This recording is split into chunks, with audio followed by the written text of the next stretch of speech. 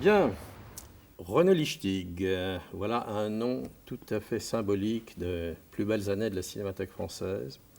Et pour parler de la carrière de René Lichtig, de ce qu'elle a fait en faveur du patrimoine cinématographique, de toute sa longue carrière dévouée aux vieilles images, aux vieilles pellicules, il n'y avait aucun endroit mieux choisi que cet endroit magique de la salle du Palais de Chaillot, la vieille salle de la Cinémathèque française, où la Cinémathèque française est toujours installée, fonctionne toujours, et j'espère pour de longues années. C'est dans cet endroit que moi-même et tous les cinéphiles parisiens, et d'ailleurs aussi, nous avons découvert le résultat des précieux travaux de René, de tout ce qu'elle a fait pour sauver, restaurer, restituer à la vie des vieux films, des vieilles bandes que l'on croyait mortes, disparues, inutilisables. Alors nous allons évoquer tout ça, ce en quoi a consisté toute cette grande tâche de sauvegarde et de résurrection de tout un patrimoine cinématographique qui a donc constitué les probablement plus belles années de la vie professionnelle de René. Mais auparavant, et avant d'en arriver là, pour bien définir le contexte et le cadre de sa vie et de son activité, nous allons faire un petit flashback et pour commencer, évoquer en quelques mots la vie de Lucie Lichtig, qui était la sœur aînée de René, sans qui René, sans doute, tu n'aurais jamais eu l'idée de travailler dans le cinéma. Hein, Lucie. Ah oui, ça, Lucie, elle l'a fait dès la mort de mon père, enfin de notre père. Elle a fait du doublage à l'époque, Voilà. chez Éclair. Voilà, et Lucie est devenue ensuite une des plus grandes une des plus grandes script girls, Absolument, du monde. Du monde, et en tout cas un des noms de référence du cinéma français dans son domaine. Absolument. Et elle a eu une carrière internationale. Tu pourrais peut-être citer quelques-uns des noms des cinéastes avec qui elle a travaillé. Elle a travaillé avec... J'essaye de me rappeler parce qu'il y en a tellement que... Oui, bon, ben ça c'est... Ah, je me souviens de quelqu'un qui n'était peut-être pas un des plus grands cinéastes du monde, mais qui a été un grand cinéaste français et surtout un des piliers de la cinémathèque française, c'était Jean Dréville. Oui, c'est exact. Disons que Lucie, qui était à Elle a travaillé avec Nicolas Ray, elle a travaillé avec pas mal de grands. Voilà. Il va falloir recommencer ça. Bon, excuse-moi, on recommencera ce petit bout parce que je suis désolée, j'aurais dû te les marquer. On reprendra sur Lucie. Oui, mais ce qui est important de savoir, oui. c'est que c'est grâce à Lucie que moi j'ai très bien connue et qui reste comme vraiment une grande figure du cinéma français. Oui. Et dans sa partie, une des toutes premières, hein, il faut vraiment le dire. C'est Lucie qui t'a introduite dans ce métier du cinéma, où tu as donc débuté au lendemain de la Deuxième Guerre mondiale, puisque un des premiers travaux que tu mentionnes dans tes écrits, ça a été un film joué, interprété et disons largement supervisé par Erich von Stroheim. C'est La danse de mort, d'après la pièce célèbre de Strindberg. Oui, c'est en 1946 que Lucie était script, oui. Et qu'elle m'a fait faire mon premier stage, en somme, dans le cinéma, le stage de script, voilà. Ce qui était très important pour le métier, de toute manière, oui. C'est grâce à elle, c'est vrai. Voilà, alors donc c'est ta première rencontre avec Stroheim que tu retrouveras quelques années après, et là nous y reviendrons plus longuement. Quelle impression ça t'a fait à toi, la petite stagiaire débutante, d'approcher un des monstres sacrés du cinéma, qui était déjà une légende à l'époque? C'était une légende, mais c'était un homme d'une bonté extraordinaire, d'une gentillesse et d'une simplicité. Il jouait avec sa femme, Denise Vernac, et c'était un couple remarquable. J'ai rarement vu un homme aussi bon, aussi extraordinaire, mais aussi, je me souviens d'une anecdote qui, à un moment donné, il y a une des employées du film qui a voulu se mettre à genoux pour cirer ses bottes. Et il a dit « Non, Ginette, pas vous ». Il a demandé à un homme qui était là de lui demander de le faire. Il ne voulait pas que cette femme soit à genoux devant lui. Ça m'avait profondément impressionné, déjà. Oui. Ça, c'était le côté grand seigneur Voilà, exactement. De von Stroheim. Ouais. Ça ne m'étonne pas. Est-ce que tu te rappelles que si vraiment il a pris une part personnelle à la réalisation ou à la supervision de la mise en scène de ce film, comme on le dit Je souvent? peux pas dire, je ne sais pas s'il a pris la supervision, j'étais stagiaire, mais j'ai l'impression qu'il a une responsabilité dans le film, surtout pour son rôle. Parce que Danse de mort était un rôle important. Et je crois que c'est vraiment lui qui a... Ils discutaient tous les deux avant les scènes pour voir comment elles allaient être tournées et tout ça. Ça, je l'avais remarqué pendant mon stage, en tout cas. Et alors toi, tu étais stagiaire auprès d'une monteuse qui était qui dans ce film-là? Tu te rappelles? Qui était la chef monteuse? Non, je ne m'en souviens pas. Alors ça, il faut que je regarde, mais je ne m'en souviens pas. Bon, enfin... Moi, je fais que ce stage de script. Voilà. Et alors après, on te retrouve travaillant sur un certain nombre de courts-métrages, quelques années après, où là, tu fais, je dirais, tes apprentissages. Non, je vais trop vite, peut-être. Oui, tu vas un peu trop vite parce que il faut d'abord parler de la disparition de mon père. Mon père était ingénieur du son à la Tobis Clank Film, avec pas mal d'ingénieurs du son français. Et il était le collaborateur de Germaine Dulac pour France Actualité Gaumont. On appelait ça Actualité Gaumont. Et donc, quand Germaine Dulac partait dans certains coins de France, pour les actualités d'ailleurs, il la suivait pour prendre les sons, justement. Et malheureusement, il est mort d'une façon tragique, brûlé au 3e degré dans une salle de montage. Alors, ma mère ne voulait plus entendre parler de cinéma. Et elle a fait tout ce qu'elle a pu pour m'empêcher d'entrer dans ce métier qui était très dangereux. Mais moi, je mourais d'envie. Lucie avait pris c'était les doublages. C'était pas tout à fait la même chose. Elle n'était pas dans une salle de montage. C'était pas du tout la même chose. Et puis, elle est devenue script, ce qui était en dehors des salles de montage. Et moi, je rêvais de devenir chef monteuse parce que je pensais que c'était la voie la plus proche de la mise en scène. Je savais qu'à l'époque, très peu de femmes étaient metteurs en scène. On ne les prenait pas, on ne leur faisait pas confiance. Et je me suis dit, quel est le poste le plus proche de la mise en scène? C'est le montage. Et c'est pour ça que j'ai choisi le montage. Et j'ai fait 2 ans de laboratoire. Je devais d'abord j'ai demandé à plusieurs laboratoires. Certains m'ont proposé un contrat d'1 an. Mais je ne voulais pas, parce qu'il y avait 3 mois à faire. 3 mois de laboratoire et ensuite 2 stages de film. Et alors, je suis allée un jour, justement, voir Terrus. Terrus, qui avait connu mon père, puisque c'était à Épinay.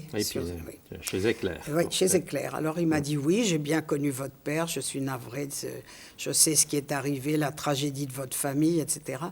Et je lui ai dit, monsieur Terrus, est-ce que vous pourriez me permettre d'être stagiaire dans votre laboratoire? J'aimerais tellement faire mon stage chez vous. Il m'a dit non, je ne peux pas. J'ai dit mais pourquoi, monsieur Terrus? Il m'a dit, vous savez, j'ai des employés, c'est des ouvrières de laboratoire, elles ne seront pas contentes, elles ne vous toléreront pas, et ça va faire des tas d'histoires, je ne peux pas vous prendre. Alors je l'ai regardé dans les yeux, j'ai dit, monsieur Terrus, vous avez des femmes qui nettoient vos laboratoires le matin. Vous avez des femmes de ménage. Alors, très étonné, il m'a regardé, il m'a dit oui. Ben, j'ai dit, engagez-moi comme femme de ménage. Alors, il m'a regardé, il a souri, il a dit, bon, je vous offre ce stage. Et je suis restée 2 ans au lieu de 3 mois. Et j'ai passé un petit peu dans tous les services. J'ai fini à l'étalonnage, c'est-à-dire mettre la lumière sur les... C'est ça. Et puis un jour, c'est une de mes collègues, très gentille, qui m'a dit « Toi qui es une cinglée du cinéma, je connais quelqu'un qui est encore plus cinglé que toi. » Je dis « Ah bon? Qui est-ce » Elle me dit « Il s'appelle Henri Langlois. » Ah, j'ai dit « Mais où est-ce que je peux le voir ?» C'est 49 avenue de Messine. Et le soir même, j'étais 49 avenue de Messine. Et ben, je suis tombée amoureuse, évidemment, et de lui et de Mary Merson, de l'ensemble de l'avenue de Messine. Il y avait Musidora aussi, il y avait Lotte Esner, c'était fantastique. Il y avait toute la nouvelle vague qui commençait là. Il y avait une petite salle, je crois que vous connaissez, hein? Avenue de Messine, il y avait une petite salle de 40 places à peu Voilà. près, où il y avait tous les cinéphiles les plus dingues de Paris. Voilà, pour les voilà, qui appeler, se serraient les uns contre les permanent. autres, et il y avait toute la future nouvelle vague. Alors, avant d'en arriver là, parce que là, nous sommes en train de faire un bond en avant, il y a donc cette première rencontre avec la Cinémathèque française, Henri Langlois, que nous pouvons situer à quelle date De quoi ta rencontre En 49. en 49. Après ce que cette collègue m'a dit, Voilà. exactement C'est le ça. soir même, j'étais avenue de Messine. C'est ça. Donc ça, c'est une première prise de contact qui anticipe de très longues années sur la période où nous retrouverons René Lichtig, Oui, oui. responsable. J'y allais tous les soirs. Voilà. Alors là, c'est. Et comme c'était à Malesherbes et que j'habitais à la Porte d'Orléans et que ça finissait souvent après minuit ou 1h du matin et que j'avais pas les moyens, je rentrais à pied. Alors ça, c'est très important parce que ça montre que pour devenir plus tard, bien Oui. plus tard, une spécialiste du patrimoine cinématographique, comme de n'importe quel patrimoine, il faut commencer par apprendre à connaître ce patrimoine. Oui. Il faut connaître les œuvres, les découvrir Oui. et les aimer. Et ce genre de choses montre qu'on est vraiment un passionné. Hein, Absolument, Quand oui. on rentre à pied au milieu de la nuit, Ah oui, parce que c'était fabuleux. parce que le film a dépassé le dernier métro. Oui, j'avais pas les moyens de prendre un taxi. Bien entendu, non, mais on oublie qu'un taxi Oui, était oui, un oui. luxe un peu pour Oui, des gens jeunes et sans argent. Donc là, c'est la passion pour ce qui n'était pas encore, même pas un patrimoine. Le mot n'avait pas cours Non, en ce temps-là. On disait les vieux films. Hein. Ouais. Il faut bien voir que ces vieux films, souvent, ils avaient moins de 20 ans. C'était des films qui avaient Mais 10 c'est lui ans. qui m'a fait aimer Mizoguchi là-bas. Et ben voilà. Tous les Japonais, c'est grâce à lui que j'ai connu. Voilà. C'est grâce à Henri. J'ai ça, connu tellement de films grâce à lui. Voilà, alors il y a donc cette rencontre avec la Cinémathèque française qui aura Oui. de lointaines conséquences donc, sur une carrière et une destinée. Mais alors auparavant, il y a donc cette première carrière d'assistante monteuse, puis de chef monteuse, Oui. que j'aimerais qu'on évoque assez sérieusement, parce que finalement, ça aussi, c'est une façon de découvrir et d'apprendre à aimer le patrimoine en train de se faire C'est vrai. cette fois, Oui, oui, c'est vrai. mais avec ceux qui sont les grands noms déjà de ce patrimoine à l'époque, puisque nous trouvons parmi toutes ces rencontres Erich von Stroheim, Jean Renoir, Marcel Carnet, Nicolas Ray, Oui, c'est vrai. et beaucoup d'autres. Et Bob Parrish, par exemple, Et qui était aussi Robert un Parrish, oui. grand cinéaste américain qui en France n'a jamais eu exactement sa vraie place, mais que Non. quelqu'un comme Bertrand Tavernier a toujours mis très très haut. C'est vrai, il a eu raison. Oui, Bertrand a toujours été un fou de Parrish, l'a défendu, a même fait un film avec lui. Ah oui, il a eu raison. Après. Voilà, mais alors avant d'évoquer tout ceci dans l'ordre, on va donc commencer par la période des débuts, c'est-à-dire les courts-métrages. Oui. Je crois que c'était une sorte d'apprentissage classique. Oui. Avant de passer au long-métrage, on faisait des courts-métrages. On ne va pas tous les passer en revue parce qu'il y en a beaucoup, mais il y a des rencontres intéressantes, et notamment avec quelqu'un qui est un nom symbolique de la Cinémathèque, là aussi, c'est Jean Rouch, qui est Jean Rouch, c'est vrai. un des premiers. Oui, c'est exact, oui. C'est- Ce film que j'ai fait pour lui, oui, le premier.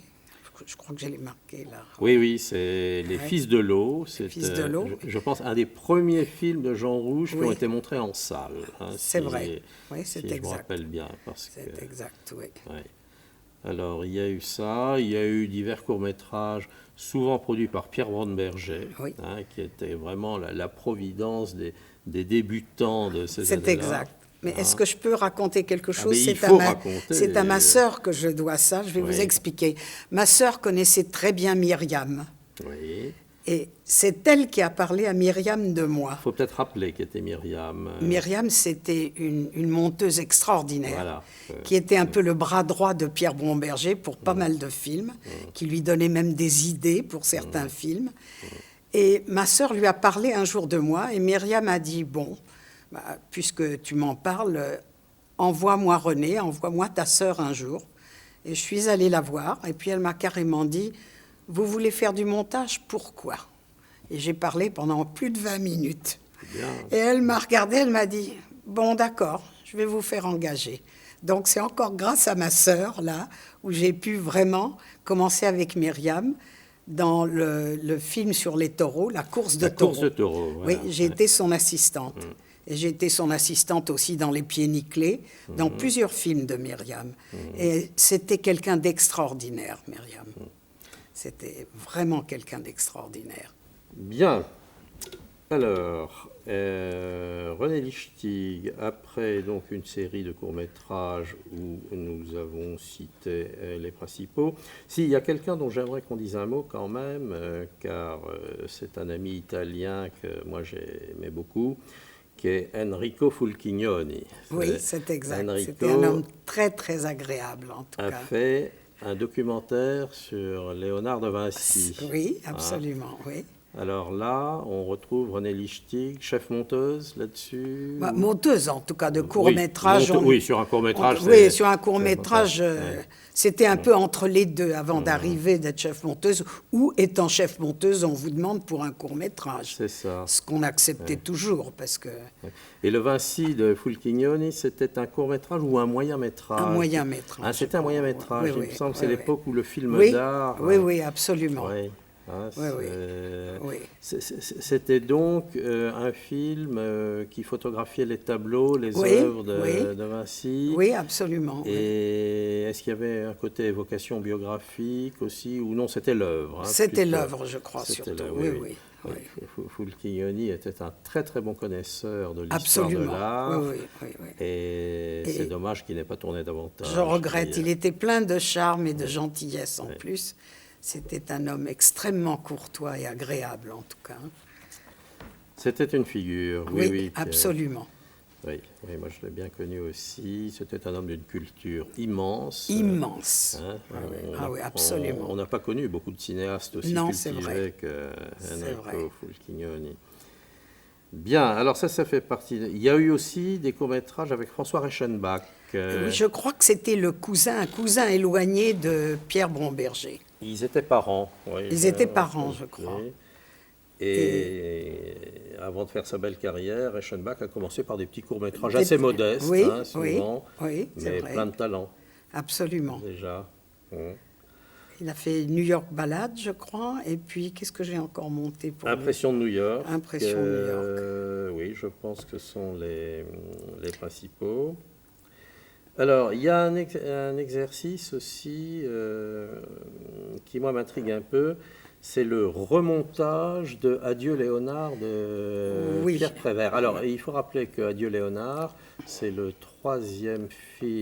deuxième film de Pierre Prévert, le frère de Jacques, et que ce film qui n'avait pas eu un tellement grand succès à sa sortie, il faut bien le dire, c'est donc Pierre Prévert qui a voulu le faire remonter.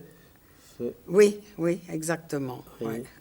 Et il m'a fait faire des coupes. Je crois qu'il l'a regretté après. Oui, c'est jamais très bon. Oui.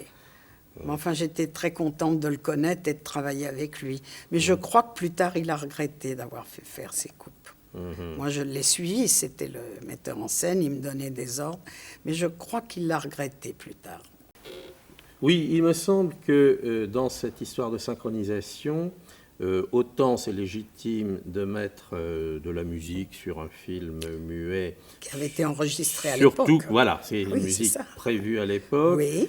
Autant on peut se poser la question, est-ce que c'est conforme à l'esprit d'un film muet d'introduire certains effets sonores, comme un sifflet, un bruit de voiture, ou je ne sais plus.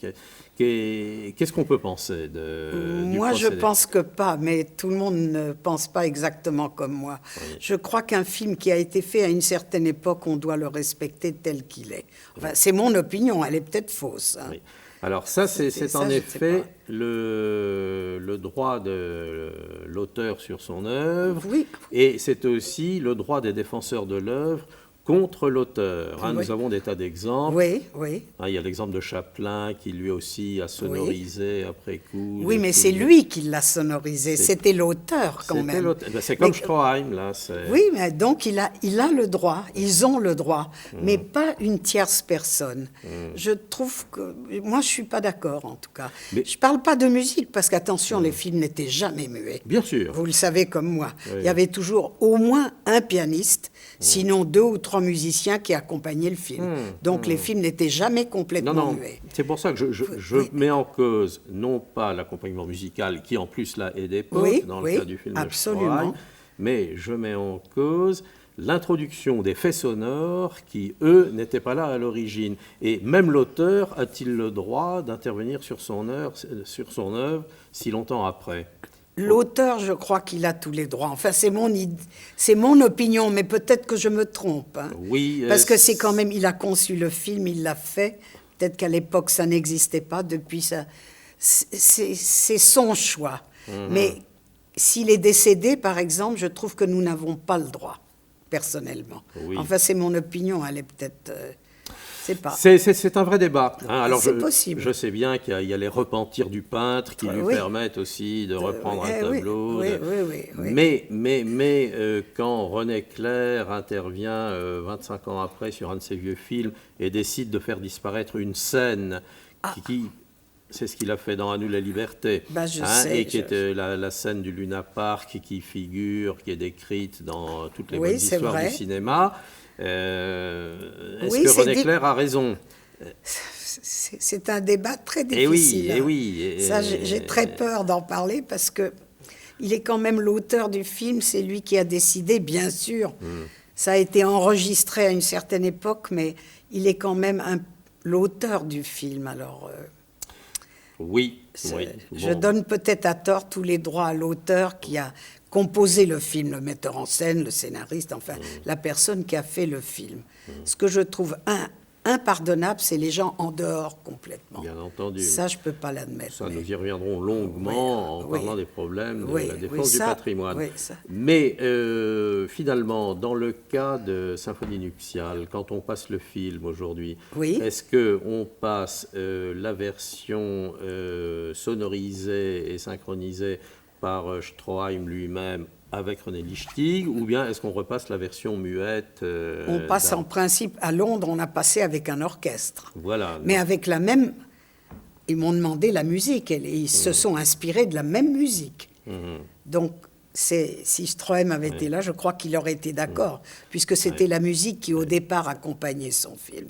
La musique, mais pas les effets sonores, pas de sifflet, pas de sirène. Mais ces choses-là, quand il y avait des petites choses, c'est Eric qui les faisait lui-même. C'était lui. Il nous amusait en faisant ça, mais il y a très peu de choses, très peu. Bon, enfin donc, ça c'est intéressant dans une vie professionnelle comme la vôtre, parce que c'est donc le contact avec le créateur lui-même, le contact avec l'œuvre, et ce, avec un bon quart de siècle d'écart. Donc c'est une expérience assez rare. Et d'ailleurs, la preuve, c'est que vous avez jugé bon après ça d'écrire un texte qui a été publié dans les cahiers du cinéma de la bonne époque, les cahiers jaunes. En 1954, je crois. Voilà, c'est exactement. C'est un numéro de la série historique où cette expérience est racontée en détail. Oui, absolument. Je pense que les grands disques dont il est question, ça doit être le procédé Vitaphone, probablement, qui était au fond celui du chanteur de jazz. Oui, absolument, je crois. On oublie aujourd'hui que le cinéma parlant et sonore a commencé non pas avec le son sur la pellicule et la bande-son, mais avec un système de synchronisation avec des grands disques. C'est les disques qu'Eric nous a apportés d'Amérique, d'ailleurs. C'était donc, je crois, le procédé Vitaphone ou les imitateurs, et qui d'ailleurs très vite a été abandonné. Parce que c'était très compliqué quand même. Mais... Le changement de bobine et tout, c'était très compliqué. Et le synchronisme à la projection. Oui. Donc ça, c'était une expérience professionnelle. Pour moi, ça a été magique. Enfin, qui préparait déjà à ce qui allait être la suite. Sur Stroheim, là, quelques souvenirs peut-être Je ne peux que parler d'un homme extraordinaire. C'était un homme d'une courtoisie étonnante. Je peux vous raconter une anecdote, si vous voulez, je la raconte quelquefois, parce que comme on travaillait jour et nuit à Épinay, un jour, il m'a dit, avec un accent très épais comme il a dit, « René, est-ce que vous avez faim? Vous voulez manger quelque chose ?» Et moi, un petit peu comme une petite sotte, j'ai plaisanté d'ailleurs, j'ai dit « Oui, je voudrais du caviar et du champagne de chez Maxime. » Il m'a regardé très profondément, comme ça, il m'a dit « Bien. » Et 10 minutes après, presque un quart d'heure, j'ai vu venir Denise Vernac quasiment en larmes, parce qu'ils avaient racheté la voiture du film qu'il avait fait à Hollywood, vous savez. Sunset Boulevard. Sunset Boulevard, il avait racheté donc la voiture qui était un peu usée quand même. Et elle est venue me voir avec les larmes. Elle m'a dit, René, vous savez ce que vous avez dit? Il veut m'envoyer chez Maxime. Alors j'ai éclaté de rire. J'ai dit, mais j'ai plaisanté. Elle dit, oui, mais lui, il le prend au sérieux. Il veut m'envoyer chez Maxime. Et vous savez, cette voiture, elle est déjà très usée. Bon, j'ai dit, vous inquiétez pas, Denis, je vais m'arranger autrement. Alors, Eric est venu quelques minutes après, puis j'ai dit, vous savez, Eric, un sandwich là, au café d'à côté, ça irait aussi bien. Parce qu'elle était tellement affolée, il avait pris vraiment. Il lui avait dit d'aller chez Maxime pour m'acheter du caviar pour m'amener du caviar et du champagne. Oui, ça c'est Eric von Stroheim, vous voyez. Ça dépeint parfaitement le personnage, en effet. Voilà. Est-ce que, en revoyant son film, 25 ans après, il portait un jugement dessus? Est-ce qu'il était sévère ou au contraire Pas du tout, il me racontait les détails du film. Oui. Il me disait, vous voyez, là, il s'est passé ça c'était comme ça, l'armée c'était comme ça c'était pas très juste qu'on a fait. Enfin, il me détaillait le film, c'était incroyable. Donc c'est un film dont il restait fier. Absolument. Et qu'il revendiquait pleinement. Absolument, et il a eu un triomphe d'ailleurs. Il a eu vraiment un triomphe. Il faut dire que c'est un de ses 2 ou 3 plus grands films. C'est magnifique. Et peut-être le meilleur. Je l'ai revu à Londres avec l'orchestre qui suivait exactement. C'est une splendeur. Ça tient la route, comme on dit, je vous assure. Oui, ben les chefs-d'œuvre, finalement, c'est mieux que les autres œuvres. Absolument. On n'en sortira pas. Bien, alors, cette expérience avec Stroheim est intéressante parce qu'elle anticipe déjà sur l'expérience du travail sur le patrimoine, mais la date où elle se produit, c'est un peu une parenthèse dans une carrière qui, elle, est vouée au cinéma contemporain. Ah, quand même, Henri Langlois m'avait fait monter il avait fait faire des tournages en 16 mm sur la peinture de Chagall. Et on avait passé des journées entières à faire des montages. Ah oui. Mais malheureusement, ces bobines ont disparu. Je ne sais pas qui les a pris, mais j'en ai plus jamais entendu parler. Il y avait au moins une dizaine de bobines de 16 mm, des grandes, de 600. Et c'est un film qui a disparu. Oui, alors ça c'est très dommage. Il faut dire que c'est une perte irréparable. La peinture de Chagall, oui, ça c'était... Et oui, car Henri Langlois, ce qu'on oublie parfois, était aussi un grand amateur d'art. Absolument. Un grand amateur de peinture. Absolument. D'ailleurs, dans son musée du cinéma, quand on pouvait le visiter, il y avait beaucoup de traces de cet amour pour la bonne peinture et les bons peintres. Oui. Mais, donc, avant d'en revenir à Henri Langlois et à la Cinémathèque, j'aimerais qu'on évoque un peu les principaux réalisateurs avec qui vous avez travaillé. On ne va peut-être pas tous les passer en revue parce que ça nous mènerait très loin. Il y en a beaucoup, c'est une carrière bien fournie. Mais, par exemple, un de ceux qui vous ont beaucoup marqué, Nicolas Ray. C'est vrai, parce que il y avait à l'époque à Paris un cinéma qui était dans le bas des Champs-Élysées qui s'appelait le Broadway. Oui. Vous vous en souvenez peut-être? Très bien. Bon, parce que maintenant il n'existe plus. Oui. Et un jour, en passant comme ça, je vois un titre, They Live by Night, Nicolas Ray. Je me suis dit, qui est ça, Nicolas Ray? Je ne connais pas. Et je suis entrée voir le film. Et là, je suis tombée amoureuse de la mise en scène et du film. Et il y a eu 3 films de Nicolas Ray, mais Le Rebelle, ça a été le plus connu, bien sûr. Et je me suis dit, mais c'est un très grand, c'est un des plus grands. Et ma sœur me dit un jour, écoute, il y a le producteur, Paul Gretz, qui va faire un film qui s'appelle, vous vous rappelez du titre Amère Victoire. Amère, Bit of Victory. D'après le roman de René Hardy. Oui, c'est exact. Un roman qui avait eu du succès. C'est ça, grand succès. Et elle me dit, Nicolas Ray, je ne connais pas, est-ce que tu connais? Et j'ai fait des bonds de 2 mètres de haut et j'ai hurlé, mais il faut que tu acceptes, c'est le meilleur, mais il est fantastique, mais il est fabuleux, il faut que tu acceptes. Et Lucie, ils ont tourné d'ailleurs en Afrique, hein, au Liban, je crois. Ils ont tourné les 3/4 du film. Et à un moment donné, j'étais déjà chef monteuse et ils avaient besoin d'un monteur ou d'une monteuse de son. Et ma sœur m'a téléphoné, elle m'a dit, est-ce que tu veux accepter? Alors, j'ai dit, Nicolas Ray, j'accepte n'importe quoi. J'aurais accepté de balayer la salle de montage pour lui. Alors, quand vous avez de l'admiration pour quelqu'un, vous ne calculez plus. Hein, et alors, donc, j'ai monté le son d'Amère Victoire. Et puis, j'ai eu la chance qu'il m'appelle après. Il m'a appelé pour un autre film, j'étais pas libre.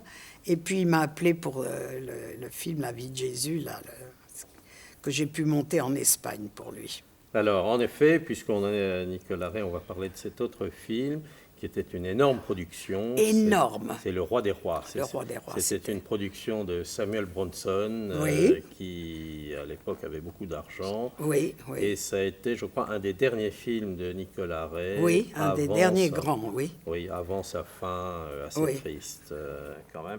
Et là, c'était le même Nicolas Ray qu'à l'époque d'Amère Victoire. Les acteurs étaient tous fous de lui, ils étaient heureux de tourner avec lui. Il a fait des scènes, mais faramineuses. C'était extraordinaire. Malheureusement, le film a été remonté en Amérique, comme ils avaient quelquefois l'habitude de cisailler, de couper, et ils ont en partie, à mon avis, détruit son film. Quand il me l'a montré à Paris, il m'a montré la copie, j'ai commencé à pleurer à la fin, et j'ai dit, Nick, c'est pas votre film. Ils l'ont détruit. Ça, je suis désolée, c'est la MGM, ils n'ont pas laissé le film tel qu'il l'a conçu, qui était quelque chose d'admirable. Ils ont fait beaucoup de coupes. Ils ont fait des coupes, ils ont pris un autre acteur, ils ont fait faire des scènes en plus. Ah oui, c'était l'horreur. Ils ont fait beaucoup de tripatouillage. Oui, beaucoup de tripatouillage. Oui. Si bien que c'est pour ça que j'ai eu vraiment les larmes aux yeux quand il me l'a montré à Paris.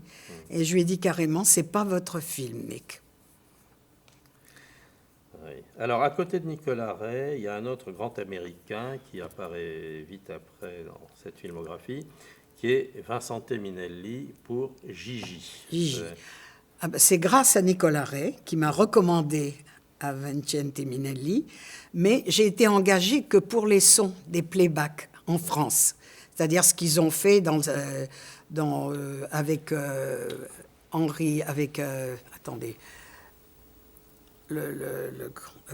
donc il y avait Maurice Chevalier surtout, il y avait Leslie Caron et Louis Jourdan, voilà. Alors donc c'est sur la musique. Oui, c'est sur la musique. Alors ça, j'ai travaillé sur la musique. J'ai préparé les playbacks, mais je ne peux pas dire que j'ai monté le film. J'ai juste préparé les playbacks, oui. Mais enfin, j'étais très, très heureuse d'être avec ces grands acteurs et puis d'avoir le bonheur de connaître Vincente Minnelli, de toute manière. Bien, alors maintenant, autre rencontre capitale, un Français cette fois, Jean Renoir, qui était donc à l'époque lui aussi presque autant que Stroheim, une sorte de dieu vivant pour tous les cinéphiles français. Et avec Jean Renoir, vous avez eu la chance de faire pratiquement ses 3 derniers films. Vous savez comment? Parce qu'il avait racheté les droits de La Grande Illusion.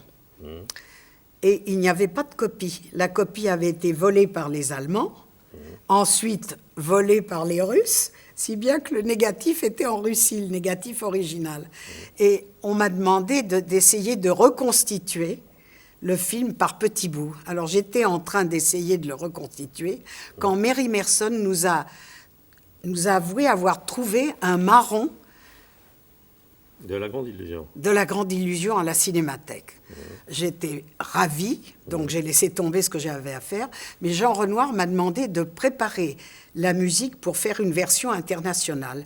Donc, il y a eu, tous les bruitages ont été refaits. La musique a été, Cosma a réenregistré la musique et on a fait une bande internationale. C'est-à-dire que comme ça, ils pouvaient vendre le film en Amérique, on doublait le film en anglais, mais toute la bande sonore était la bande originale, si vous voulez. Je l'avais entièrement reconstituée.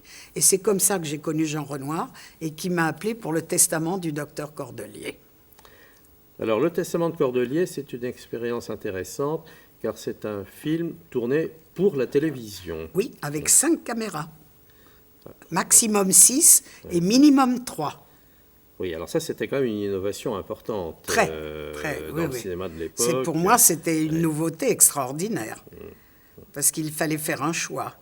Et pour Renoir aussi, c'est la première fois qu'il tournait dans ces conditions. Bien sûr. Et bien sûr. il s'est tout de suite adapté à cette nouvelle façon de tourner. Oui, tout de suite. C'est moi qui, au début du film, je vous ai expliqué ça tout à l'heure, qui tremblait de tous mes membres parce que je devais être prise par la caméra. Je venais sur le plateau et je lui disais « Monsieur Renoir, le film est prêt ». Et je crevais de peur. Ma voix tremblait, j'arrivais pas à parler, j'avais très très peur. Enfin, j'ai réussi à faire la prise, mais je mourais de peur de parler. Et alors, avec ces prises donc, faites à partir de 5 ou 6 caméras, comment choisissait-on pour le montage ? Alors, je vais encore vous dire quelque chose. Il a subi une petite opération à la fin du film. Et il m'avait dit avant, René, vous montez le film comme vous le sentez. Après, on revoit ça ensemble dès mon retour. Alors, c'est moi qui ai choisi. Certaines choses, il a corrigées. D'autres, il a laissées. Mais si vous voulez, j'ai fait ce premier montage comme je le sentais. Quelquefois, je me suis trompée, comme tout le monde se trompe. Et il le corrigeait. Mais j'ai été très heureuse qu'il m'ait fait confiance. Donc, il est venu après pour voir le montage. Alors, justement, cette question en appelle une autre. Est-ce que, dans la pratique de l'époque, c'était l'habitude que le metteur en scène participe au montage avec la chef monteuse, ou bien est-ce qu'il se déchargeait, certains d'entre eux au moins, complètement sur la monteuse pour le montage final? Bon, alors, j'ai eu beaucoup de chance aussi dans ma vie, parce que maintenant, je crois que les metteurs en scène, même depuis la nouvelle vague, sont en général à côté de la monteuse. Et moi, j'ai eu beaucoup de chance. Les metteurs en scène me faisaient confiance, d'abord pour un premier montage. D'abord parce qu'ils se permettaient d'être loin, de voir ça beaucoup mieux, si vous voulez. Quand on est penché sur l'image dès le début, on ne voit pas toujours clair. Tandis que là, quand on voit le montage qu'a fait quelqu'un en qui on a confiance, bien sûr, on voit tout de suite ce qui va et ce qui ne va pas. Parce que on est plus loin et on peut juger beaucoup mieux. Et Renoir était comme ça. Il choisissait les prises, bien sûr, et puis il me disait, vous montez, et on voyait ça en projection. Quand il n'était pas d'accord, je pouvais tout défaire et tout remonter. Parce que pour moi, le metteur en scène a toujours été le seul maître à bord après Dieu, comme un capitaine de navire. Je trouvais que pour la finalité, c'est le metteur en scène qui est l'auteur du film, qui a le droit de choisir. Il peut se tromper, j'essaye de discuter, mais c'est lui qui a le dernier mot, parce que c'est son film. Enfin, c'est mon opinion, peut-être que je me trompe. Oui, parce qu'à l'époque, on disait bien qu'il y avait beaucoup de metteurs en scène qui se désintéressaient complètement du montage. Pas beaucoup. Pas Jean Renoir. Non, pas Jean Renoir, bien sûr. Non, mais qui passait plutôt pour une exception. Je ne sais pas, c'est possible. Vous n'avez pas le souvenir de metteurs en scène qui, une fois le tournage terminé, abandonnait le montage complètement? Non, absolument pas. Non, même Étienne Perrier, ce qu'il faisait, le film était fini, il me disait « René, je vais dans le Midi, quand tu auras fini de le monter, tu m'appelles ». On le voyait ensemble. S'il était d'accord avec certaines scènes, on n'y touchait pas. S'il n'était pas d'accord, je recommençais tout avec lui à côté. Avec lui à côté. Ah oui. Mais il se privait de quelque chose quand ils étaient à côté dès le début. Il se privait de quelque chose de plus... À mon avis, il se privait de quelque chose. Vous ne pensez pas? D'un regard neuf. Voilà, exactement. D'un œil vierge. Voilà. Oui, si, je vois bien. C'est ce qui me semblait, parce que de toute manière, ce qu'il décidait, c'était son film, c'était pas le mien. Alors, c'était lui qui avait le dernier mot. Mais au moins, il se permettait de voir un film. Il s'est reposé quelques semaines, c'était fini le plateau, et il voyait un film. Ou ça lui plaisait et il lui semblait que c'était bon, ou non, et on recommençait. On prenait une autre scène, on prenait une autre séquence, on voyait ça ensemble à la table. J'ai eu cette chance. Toujours avec Renoir, il y a ensuite Le Déjeuner sur l'herbe. Oui, bah, c'était la même chose. Mais qui, lui, est tourné dans le Midi. De façon plus classique, avec combien de caméras là Ah non, là, c'était avec une caméra. Ah, c'est une seule caméra. Oui. Ça a été l'exemple pour la télévision. C'est ça. Oui. Donc là, on revient à une technique normale, absolument. classique de classique. tournage. Oui, absolument. Absolument. Même 2 caméras, c'était très rare. Oui, quelquefois, mais c'est très rare. Oui. Et donc là, c'est un film en extérieur. Oui, entièrement dans le Midi. Alors là, je l'ai très peu vu parce que moi, j'étais rue Francoeur. Et en somme, j'ai vu le film, je voyais les roches au fur et à mesure, je les lui envoyais. Et puis, il me parlait de son choix. Et puis, on a vu le film, je l'ai monté, puis il l'a regardé. C'était lui. Il y a même eu une discussion un jour pour une séquence, mais c'est lui qui avait raison. C'est pas moi. Bien, donc le principe... le metteur en scène a toujours raison. C'est son film, c'est son œuvre. Tout à fait. C'est son œuvre. C'est pas à moi de. J'essaye de discuter quand il me semble que j'ai raison. C'est pas toujours vrai. C'est quand même lui qui. C'est son œuvre à lui. Et il peut faire une erreur, mais c'est lui. Hein. C'est son choix. Moi, j'ai toujours respecté le choix du metteur en scène. 3e film avec Jean Renoir, Le Caporal épinglé, réalisé par Jean Renoir et Guy Lefranc. Est-ce que on se rappelle qui a fait quoi? Non, c'est Jean Renoir qui a tout fait. C'est Jean Renoir qui a tout fait. Oui, tout fait. Et alors pourquoi est-ce qu'il y a ces signes? Je ne sais pas, parce que peut-être le scénario au départ, il l'a fait à Vienne, hein, vous savez. Le Caporal épinglé. Et on l'a entièrement tourné en Autriche. Oui. Et vous savez ce qui était formidable, parce qu'il avait toute une bande de jeunes avec lui, hein, c'est que le soir, on déjeunait, on était dans un hôtel fantastique, et il était là au bout de la table, et on était tous autour, et c'est le maître qui parlait, c'était fabuleux. C'était fabuleux, les soirées. Ça se passait à Vienne. Donc. Ça se passait à Vienne, oui. Et le montage s'est terminé à Paris. Hein. Oui, non, mais je parle du tournage. Un tournage, tout à Vienne. Bon, vous étiez sur place. Sur place, j'étais sur place. Il me disait son choix, parce que c'est toujours lui qui choisissait les prises. Hein. Quelquefois, il n'était pas très sûr. Il disait, on va prendre les deux, on va voir. Mais en général, il savait exactement ce qui lui paraissait le mieux et il avait raison.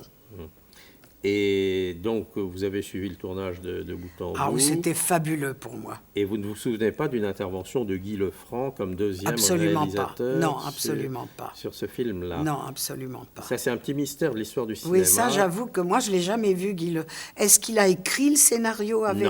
Non, je ne crois pas du tout qu'il ait écrit le scénario. Moi, je ne l'ai jamais vu, en tout cas, Guy Lefranc. Je ne l'ai jamais vu. Jamais vu. Non. Oui. Et pour le montage, Jean Renoir, là aussi, a suivi le montage ou Non, c'était toujours la même chose. Oui. Il a regardé le film quand il était entièrement monté. Oui. Mais enfin, je veux dire, il était encore là. Oui, il était là. Bien sûr qu'il était là. Alors, ce qu'il a vu à la table, c'était les plans d'actualité. Parce que ça, c'était à lui de le choisir. J'avais commandé pas mal de plans d'actualité, d'avions, etc. Et il venait le voir à la table avec moi. Sinon, il venait jamais dans la salle de montage, sauf pour nous inviter à déjeuner. Toute l'équipe. Il était formidable. Il le voyait toujours à l'écran. Donc, vous êtes formel, le caporal épinglé, et de bout en bout... absolument. Non, parce qu'il y a des Je sais, vous me parlez, ça me revient vaguement, mais j'ai jamais vu Guy Lefranc, je le connaissais de vue et tout, mais je ne l'ai jamais vu. Est-ce qu'il y a eu un accord entre eux après ou quoi? Moi, je ne l'ai pas vu... Je n'ai pas du tout. Peut-être que l'idée était de Guy Lefranc au départ, peut-être, je ne sais pas. On dit la mise en scène de lui? On dit un film réalisé par Jean Renoir et Guy Lefranc. Je me souviens pas. Ça a toujours intrigué les cinéphiles sur le générique du film. Ça, je me souviens pas, hein, franchement. Bon, un petit mystère, un peu mineur d'ailleurs, mais enfin, et qui peut intriguer. Bien, alors retour à un metteur en scène américain, un autre cette fois, dont nous avons dit un mot rapidement, Robert Parish. Alors Robert Parish, c'est une histoire merveilleuse parce que on m'a téléphoné un jour, on m'a dit écoutez, on vous convoque parce qu'il y a un metteur en scène américain, Robert Parish, qui vient à Paris, mais vous n'êtes pas la seule monteuse ni monteur à lui être présenté. Vous êtes une parmi, je ne sais pas, on était 10 ou 15. Et puis moi, je tremblais parce que vous savez qu'il a eu l'Oscar du meilleur montage. Oui, c'est vrai. Alors moi, j'étais comme ça devant lui, vous comprenez. Sur un film de John Ford, si oui, je me rappelle bien. Oui.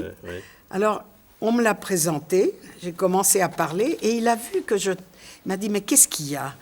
J'ai dit, j'ai très peur parce que je suis devant un monsieur qui a eu l'Oscar du montage. On parle de montage, et moi, je sais que vous avez eu l'Oscar du meilleur montage. Il a été fantastique. Il a dit, je vais vous dire comment je l'ai eu. Vous savez, la pellicule, on la tirait, hein. Je faisais 1, 2, 3 mètres, bon, ça va. Et puis le plan d'après, je faisais ça va, ça, un peu plus grand. Il m'a fait éclater de rire. Mais oui, c'est parce qu'il a vu que j'avais tellement peur, j'étais tellement paralysée devant lui. Et puis, bon, il m'a dit, bon, alors au revoir. Et puis, j'ai vu la directrice de production qui m'a dit, bon, il faudra en tout cas que vous signiez si vous êtes prise, un contrat. C'est un contrat spécial américain, c'est-à-dire que quelles que soient les heures, vous n'aurez rien. Enfin, je sais pas, moi je trouvais ça épouvantable. Il y avait un terme américain, je ne me souviens pas. Et je lui ai dit, je regrette, je ne signerai pas un contrat comme ça. Ça m'était égal de faire même 10 heures sans être payé, mais je ne veux pas signer un papier comme ça. Elle m'a dit, bon, vous ne ferez pas le film. J'ai dit, bon, je ne ferai pas le film. Alors j'ai dit à mon assistante, j'ai dit, tu sais, je ne crois pas qu'on fera le film, parce que j'ai refusé de signer un contrat comme ça. Et 4 semaines après, on m'a téléphoné, on m'a dit « Monsieur Bob Parish vous a choisi pour faire le film ». C'est « In the French Style ». À la française, Oui, c'est ça, oui. version Et c'était un homme. Et vous savez ce qu'il a fait, ce monsieur qui a eu un Oscar? J'avais monté toute une séquence. Il vient un jour dans ma salle de montage, il me dit « René, est-ce que vous m'autorisez de voir cette séquence ?» J'ai dit, mais Bob, vous êtes le metteur en scène, vous êtes le créateur du film. C'est normal que vous le regardiez. Qui m'ait demandé l'autorisation de voir cette séquence m'avait absolument... Vous ne pouvez pas savoir. C'était un homme extraordinaire. Oui, je connais au moins quelqu'un qui pense la même chose, qui est Bertrand Tavernier, qui, à une époque où Parish ne travaillait plus, l'a engagé pour faire avec lui un documentaire de long métrage sur le Mississippi. Oui, je me souviens. Un beau film, d'ailleurs. Oui. Et... Il vous a dit la même chose? Oui, tout à fait. Vous voyez, c'était un homme... Et puis alors un jour, il m'a annoncé une chose extraordinaire. Il m'a dit, René, vous savez qui je prends comme musicien, comme compositeur? Il m'a dit Cosma. Alors là, j'ai fondu, parce que j'adore la musique de Cosma, bien sûr. Et il prenait Cosma pour ce film. À l'époque, c'était le meilleur en France. Ah, c'était formidable, mais j'étais folle de joie. Mais vous vous rendez compte, ce grand... Puis attendez, il y a eu un producteur qui est venu de Hollywood, on a vu tout le film, et je ne sais pas, ce producteur avait dit, comme c'était en vitesse, il m'a demandé l'autorisation de monter 2 séquences, lui, parce que je n'étais pas prête, le type nous avait prévenu à la dernière minute. Et puis le producteur lui a dit qu'il y avait une séquence qui ne lui plaisait pas. Et devant tout le monde, Bob a dit, cette séquence, c'est pas René qui l'a montée, c'est moi. J'ai cru que j'allais tomber par terre. J'ai jamais vu quelqu'un comme ça. Vous vous rendez compte? Oui. C'est rare qu'on rencontre quelqu'un d'aussi extraordinaire. C'est assez rare, en effet. On l'a vu jusqu'à quelques mois avant son décès. Il est venu à Paris. Il est venu nous voir, Lucie et moi, parce qu'il a beaucoup sympathisé avec ma sœur. Et puis on connaissait sa femme aussi. Et malheureusement, j'ai appris après qu'il est mort après une opération du cœur. Vraiment, j'ai éprouvé un très grand chagrin. Alors après Parish, un autre cinéaste qui était d'ailleurs aussi une grande admiration de Tavernier, qui n'a aucun rapport, un Français cette fois, je pense à René Weller. René Weller, oui. Alors lui, je sais pas, j'ai eu de la chance avec les metteurs en scène avec qui j'ai travaillé. Je les ai tous aimés et admirés, ils ont tous été formidables. Il n'y a pas un metteur en scène que je puisse vous dire, celui-là a été désagréable ou pas, ce serait faux. Alors René Weller... C'est un film qui s'appelle Vers l'extase. Vers l'extase, oui. Le film, Je pense que ce n'est pas un chef-d'œuvre. C'est un film intéressant, mais ce n'est pas un chef-d'œuvre. Mais René Veller, il a demandé à me voir avec beaucoup d'autres monteurs et monteuses. Et je sais qu'à un moment donné, il m'a dit vous avez une assistante monteuse? J'ai dit oui, qui travaille depuis plusieurs années avec moi. Il m'a dit parce que moi j'ai quelqu'un à vous donner. J'ai dit je suis désolée, je travaille depuis plusieurs années avec elle et c'est avec mon assistante monteuse que je travaillerai. Et j'ai vu qu'il faisait la tête. Et quand je suis sortie, j'ai dit à Françoise London, qui était mon assistante, on a été prendre un café, j'ai dit malheureusement, je ne crois pas que j'aurai le film, parce qu'il voulait me donner quelqu'un, et j'ai dit non. Et puis 2 semaines après, on m'a dit, c'est René Veller vous a choisi, c'est vous. Donc, Vers l'extase, c'est bien fait. On sait bien, mais je l'ai vu des années après chez lui. Hein. Oui. J'ai été le voir en Honfleur, même dans ces dernières années. J'allais au moins 1 ou 2 fois par an le voir. Lui et puis sa femme Tonietta, on parlait ensemble parce que c'était un homme extraordinaire.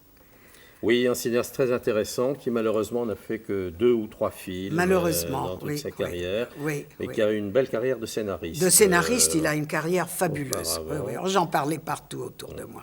Je vous dis, j'allais le voir tous les ans à Honfleur. Il faut se rappeler que c'est par exemple le scénariste de Tati pour Jour de fête. Absolument. Quelque Oui, chose oui, non, que mais ça c'est... on oublie souvent. Non, non, je trouve que j'ai eu beaucoup de joie et de chance de travailler avec des gens exceptionnels. Je dois le reconnaître. Alors, autre chance et autre cinéaste exceptionnel, maintenant, dans la même filmographie, Marcel Carnet. Alors, Marcel Carnet, je travaillais avec Philippe Condroyer sur un film qui s'appelait pas La femme à abattre, mais L'homme à abattre. Il avait donné ce titre-là. Et ma sœur faisait justement le film, là, comment s'appelle ce film d'ailleurs? De Carnet. Oui, les Jeunes Loups. Les Jeunes C'est Loups, les Jeunes oui. Loups. Bon. C'est un de ses Alors un derniers jour, films, elle ça. me dit, écoute, Carnet, Rust était pris. Vous savez qu'il avait Rust, qui était un monteur d'origine hollandaise, qui était fabuleux. Hein. C'est lui qui a monté tous ses films. Et j'avais beaucoup d'admiration pour ce monteur. Elle me dit, écoute, Rust est pris. Il m'a demandé, il a dû entendre parler de toi. Il m'a demandé quels sont les films que tu as montés. Il veut te voir. Est-ce qu'il peut te voir demain? Je dis, ou après-demain, c'est pas. J'ai dit, il faut que je demande à Philippe Condroyer s'il peut me rendre libre pour une après-midi. Je suis en train de finir un film avec lui. Et j'en ai parlé à Philippe, j'ai dit, voilà ce qui se passe. Il me dit, mais bien sûr, René, prenez votre après-midi, il n'y a aucun problème. À ce moment-là, il tournait à l'Arlequin, c'était une boîte de nuit. Il tournait une séquence dans l'Arlequin. C'était une boîte de nuit, maintenant c'est un cinéma. Rue de Rennes, oui, je vois très bien. Oui. Oui, alors, je suis venue vers 2h. Et puis, vous savez, il éveillait, il parlait un peu comme ça. Et il m'a dit, oui, bonjour, je sais, vous avez fait ça. Je vous verrai tout à l'heure. Il était 2h. Et puis, je l'ai vu qu'à 7h30, quand il a fini de tourner. Hein. Et puis, je commençais à avoir la trouille. Parce que j'avais des collègues qui m'ont dit, surtout, n'accepte pas un film avec lui. Il n'aime pas les femmes, tu vas avoir des ennuis. Surtout, n'accepte pas un film avec lui. Alors, plus ça allait, le temps passait, plus j'étais angoissée. Alors, je l'ai vu à 7h30. Alors, il commençait à me dire quels sont vos derniers films. Alors, je lui ai dit. Et puis, à un moment donné, je ne sais pas, j'ai eu peur. J'ai dit, Monsieur Carnet, est-ce que je peux vous faire une proposition? Mais j'avais la voix qui tremblait. Hein, Il me dit, oui, laquelle? Je dis, voilà, vous me donnez une séquence à monter, celle que vous voulez. Je la monte. Si vous êtes d'accord, vous me gardez. Si vous n'êtes pas d'accord, on se sépare en bons termes, c'est pas grave. Alors je me souviens qu'il a dit, vous êtes honnête au moins. Bon. Alors on va au studio. 8 jours se passent, je monte cette séquence justement qui se passait là-bas. Et avec des playbacks, j'avais très peur. J'avais un stagiaire et une assistante. Et puis, au bout de 8 jours, je vais sur le plateau, parce qu'il tournait là. Je dis, Monsieur Carnet, j'aimerais bien que vous voyiez la séquence, elle est finie depuis 2 jours. Il m'a dit, c'est pas le temps. Bon, j'ai attendu encore 2 jours. Et puis, je suis allée, j'ai dit, Monsieur Carnet, il faut que vous me le disiez, vous vous rappelez de ce qu'on a dit. Alors, ou ça vous plaît, ou ça vous plaît pas, et je m'en vais, il faut... Il m'a dit, j'ai peur de le voir. J'ai dit, moi, vous croyez que j'ai pas peur de vous le montrer? J'étais en rogne. Hein. Il me dit, demain à 9h. Bon, à 9 h du matin, il était là. J'avais dit à mes 2 assistants, on prépare tout, il y a les playbacks, faites attention, on va voir les départs. J'ai regardé les bobines et tout. Et puis, je lui présente la séquence. Silence de mort. Alors, j'ai une trouille épouvantable. J'ai dit, il dit rien. Je dis, Monsieur Carnet, qu'est-ce que vous en pensez? Alors, il m'a simplement dit, vous croyez qu'on réussit toujours du premier coup? Puis il est parti. Donc, ça voulait dire que je pouvais rester. Et il a été adorable. Il ne faut pas qu'on me dise du mal de Carnet, hein. Il nous a apporté du chocolat. Il a été merveilleux. Il venait jamais à la Moritone. Il voyait tout dans la salle aussi, hein. Ah, il voyait sur un... Ouais. Il voulait pas. Il regardait jamais à la Moritone. Ouais. Pas plus que Jean Renoir non plus. Il y a qu'Étienne Perrier qui venait le voir quand il l'avait vu en projection et qu'il y avait des petites choses qu'il voulait voir, il venait le voir à la table. Mais là, il est... Alors moi, d'ailleurs, j'ai vu Marcel Carnet 1 an et demi avant qu'il décède. Je l'ai rencontré devant l'église à Saint-Germain-des-Prés et on s'est embrassés tous les deux. J'ai un souvenir émerveillé de lui. Je sais bien que ça vous paraît bizarre, tout ce que je vous dis, mais je vous jure que c'est la vérité. Ça ne me paraît pas du tout bizarre. Non, simplement, je suis un peu triste en pensant que la fin de carrière de Marcel Carnet... Oui, le film, c'est pas son meilleur, je sais. Oui, non, mais au moins il l'a fait. Mais je pense à tous ceux qu'il a voulu faire après et qu'il n'a pas pu faire. J'aurais travaillé pour rien. Il m'avait demandé, j'étais avec Étienne Perrier sur un film, et un jour il m'a téléphoné, il m'a dit, René, j'ai un court-métrage de publicitaire à monter, j'aimerais que vous le montiez. Bon, j'ai dit, Marcel, je vais en parler à Étienne Perrier. J'ai parlé à Étienne Perrier. Étienne m'a dit, écoute, tu es en train de monter mon film, tu vas pas... Je dis, Étienne, c'est Marcel Carnet. Tu peux pas faire ça, Marcel Carnet. Je te demande 8 jours, ne t'inquiète pas. Je travaillerai jour et nuit après si tu es embêté, mais on peut pas refuser ça. Il m'a regardé, il m'a dit, oui, tu as raison. Et Marcel Carnet est venu monter ce film publicitaire avec moi. On était à la table tous les jours, là. Oui, alors, c'était la dernière chose que j'ai montée avec lui. Marcel Carnet, après Jean Renoir, après Minelli, après Parish et quelques autres. C'était donc une belle carrière de chef. J'ai eu de la chance, j'ai eu de la chance. Tout le monde n'a pas cette chance.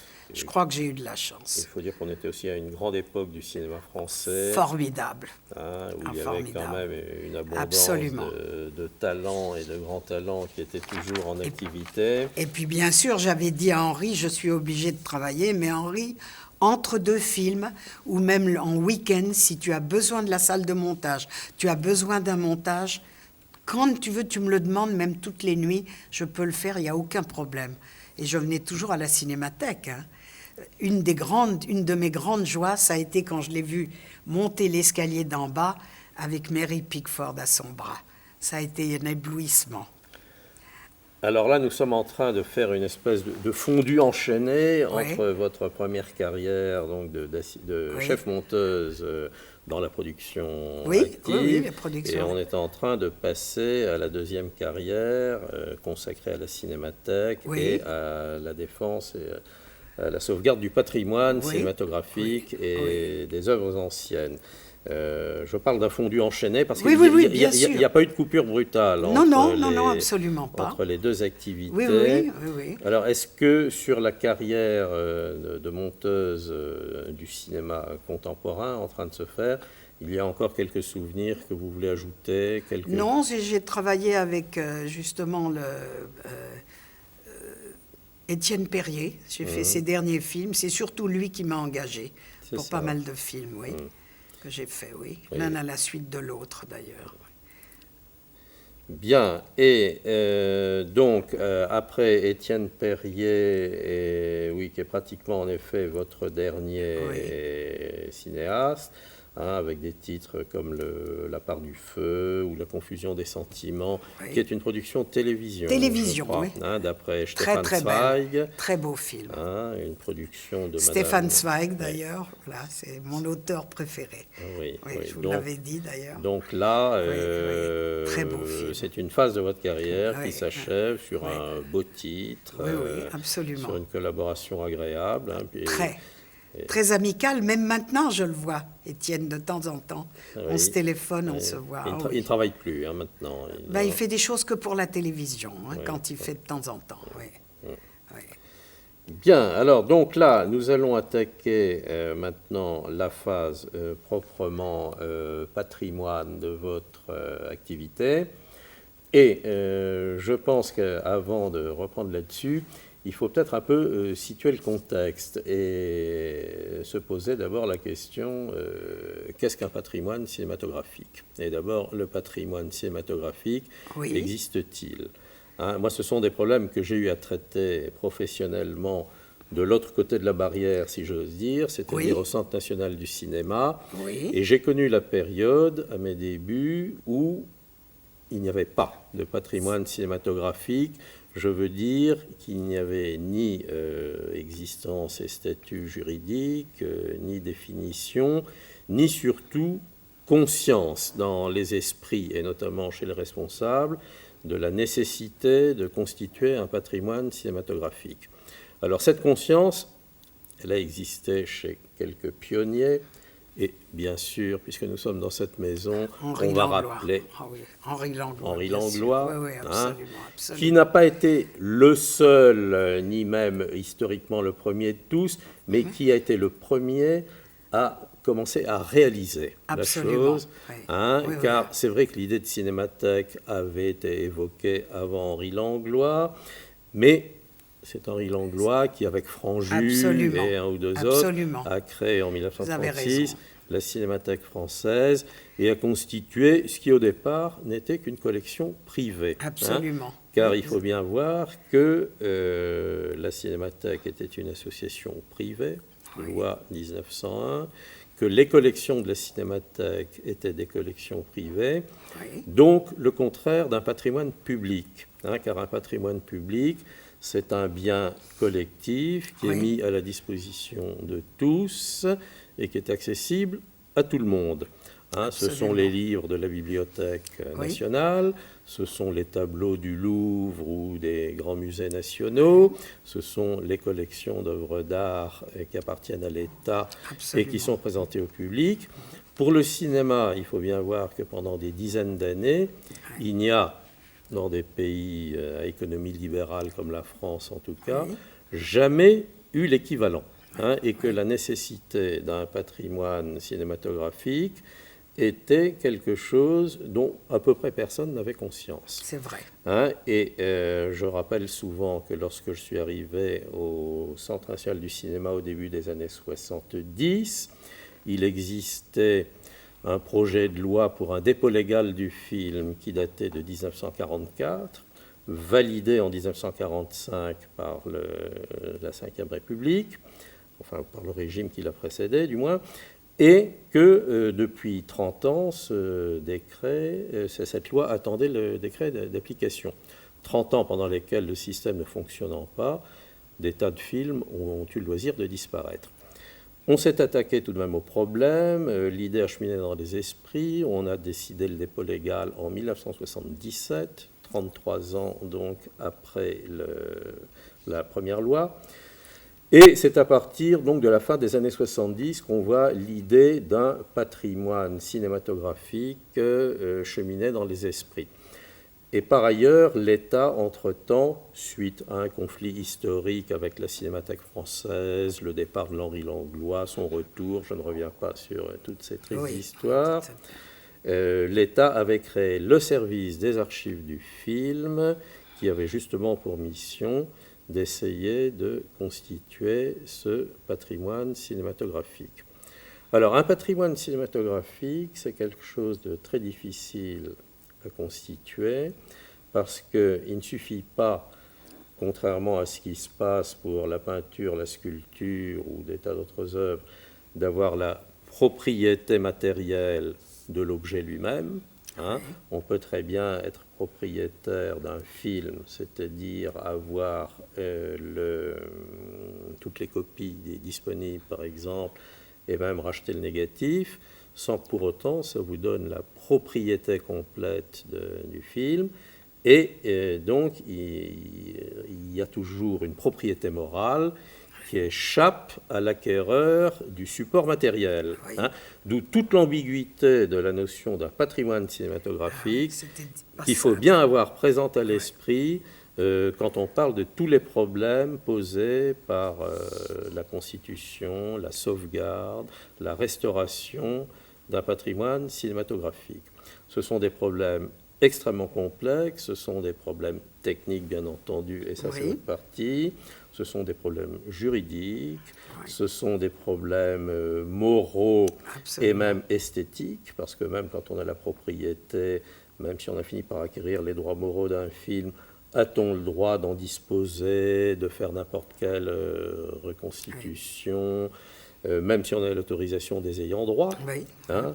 On a eu le débat à propos, par exemple, de l'utilisation de Métropolis par un musicien dont je ne rappellerai pas le nom, mais qui en a fait une version extrêmement contestable, non seulement sur le plan musical, mais qui a touché à l'intégrité de l'œuvre, en faisant des coupures, en faisant des modifications de montage. Si, c'est la version Moroder de Métropolis.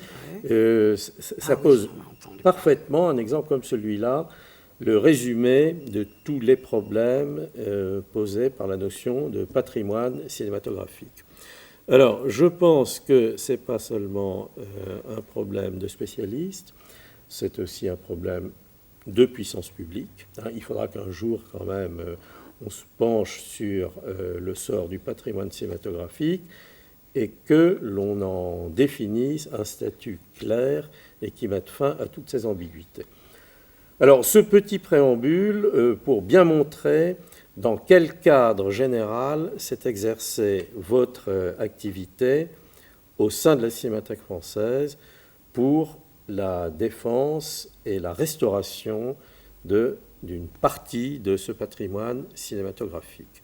Alors, je résume en quelques mots. Vous entrez dans ce but à la Cinémathèque française en 1978. C'est ça, exactement. Je crois. Henri Langlois est mort depuis un an. Oui. Et là, on arrive à une période où on s'aperçoit que les anciens films disparaissent, et notamment tous les films nitrates, les films sur l'ancien support nitrate extrêmement fragile, dangereux, qui se décomposent spontanément, même dans de bonnes conditions de conservation. On sait que la limite d'âge du nitrate fait qu'à partir d'un moment, il disparaît, il se dégrade et finit soit en poudre de café, comme disent les spécialistes, soit aussi en confiture. Quelquefois, on ouvre une boîte et on trouve les deux formules. Dans un cas comme dans l'autre, le film est mort et ça fait un titre en bois qui disparaît de l'histoire du cinéma. Alors, vous entrez à la Cinémathèque en 1978 et là, vous vous attaquez donc à bras-le-corps à ce problème. Et dans toute votre carrière, vous allez sauver, car il faut bien employer les mots, c'est une opération de sauvegarde et même de sauvetage. Vous allez sauver plus d'une centaine de films, ce qui fait de vous finalement une sorte de bienfaitrice du patrimoine du cinéma français, à une époque où personne ne s'en soucie vraiment, où le service des archives du film fonctionne vraiment au ralenti, avec des moyens extrêmement limités. C'est vrai. Oui. La Cinémathèque française aussi fonctionne avec un budget ridicule et il faudra attendre les années 80 pour que les deux institutions, la Cinémathèque d'abord et les archives du film ensuite, puissent vraiment prendre le problème à bras-le-corps et se voir attribuer les moyens d'une action d'envergure. Vous avez raison. Alors, c'est maintenant cette phase de votre activité qu'il faut évoquer très, très en détail et je dirais presque titre par titre. Alors, René, on commence par le titre qui vous vient à l'esprit, peut-être, ou l'axe directeur qui a inspiré votre activité. Comment avez-vous commencé? Vous vous rappelez, là? Oui, j'ai commencé, c'est Mary Merson qui a demandé au Conseil de m'engager parce qu'après la mort d'Henri, malheureusement, en 1977, la Cinémathèque avait été laissée dans un état terrifiant puisqu'il n'avait plus les moyens. On ne vérifiait plus les films, il n'avait pas de table, il n'avait pas d'employés. Alors, elle a demandé au Conseil de m'engager à l'année pour mettre en route, en somme, de nouveau les projections, si vous voulez. Et j'ai accepté, mais j'aimais le montage, moi. Alors, ils m'ont dit, bon, bah, vous pourrez monter un film par an. J'ai dit, bon, d'accord. Alors, je me suis occupée que de ça au début. J'ai fait acheter des machines électriques, j'ai fait engager 3 personnes pour les vérifications, j'ai fait acheter 2 tables pour pouvoir justement vérifier les films. Et c'est là qu'est venue, dans mon idée, si vous voulez, les Russes à Paris, à cause de mon enfance et de ce que ma mère m'avait dit. Et Henri avait acheté les droits. Alors, à cause de votre enfance, il faut peut-être en dire 2 mots. Oui. Puisque c'est Oui, ma mère, à l'âge de 16 ou 17 ans, avait été invitée dans un bal de bienfaisance. Et là, il y avait un acteur admirable qui était connu dans le monde entier, mais surtout dans toute la Russie, qui s'appelait Ivan Mojoukine. Et il l'avait invitée à danser. Et elle en avait gardé un souvenir ébloui, et elle m'a raconté ça en tant que petite fille. Alors, c'est resté dans mon cerveau, ça. Et quand j'ai vu que Henri Langlois avait acheté le droit, justement, parce qu'il l'a acheté, des Russes à Paris. Voilà, alors là, si vous permettez une petite parenthèse, oui. Il s'agit de pratiquement les premiers films, et pendant longtemps les seuls, dont la Cinémathèque était véritablement propriétaire. C'était la production de Kamenka. Exactement. Kamenka était un producteur russe émigré au moment de la Révolution, installé à Paris, et qui a produit à Paris pendant au moins toute la production muette des années 20 et un peu au début du parlant, un grand nombre de films d'une importance historique capitale. Absolument. C'était les films des troupes d'émigrés russes à Paris, Volkov, Tourjansky, et les acteurs Ivan Mosjoukine, Nathalie Kovanko, Nathalie Lysenko, etc. Mais à côté de ça, très vite, il a fait travailler aussi des équipes françaises. C'est vrai. Il a produit les premiers longs métrages de René Clair. Absolument. Il a produit plusieurs des longs métrages importants de Jacques Feder dans les années 20. De Jean Epstein, c'est de Jean Epstein également. Bref, une part importante de la production française des années 20, c'est la production Kamenka. Et c'est ce stock qui, par un coup de chance, est devenu la propriété de la Cinémathèque française, sur lequel vous allez travailler essentiellement. Oui, c'est vrai. Avant d'examiner en détail le travail qu'a effectué René pendant toutes ces longues années à la Cinémathèque, je crois qu'il faut qu'on dise clairement ce qui concerne la fragilité du patrimoine filmique qu'elle a contribué à sauver.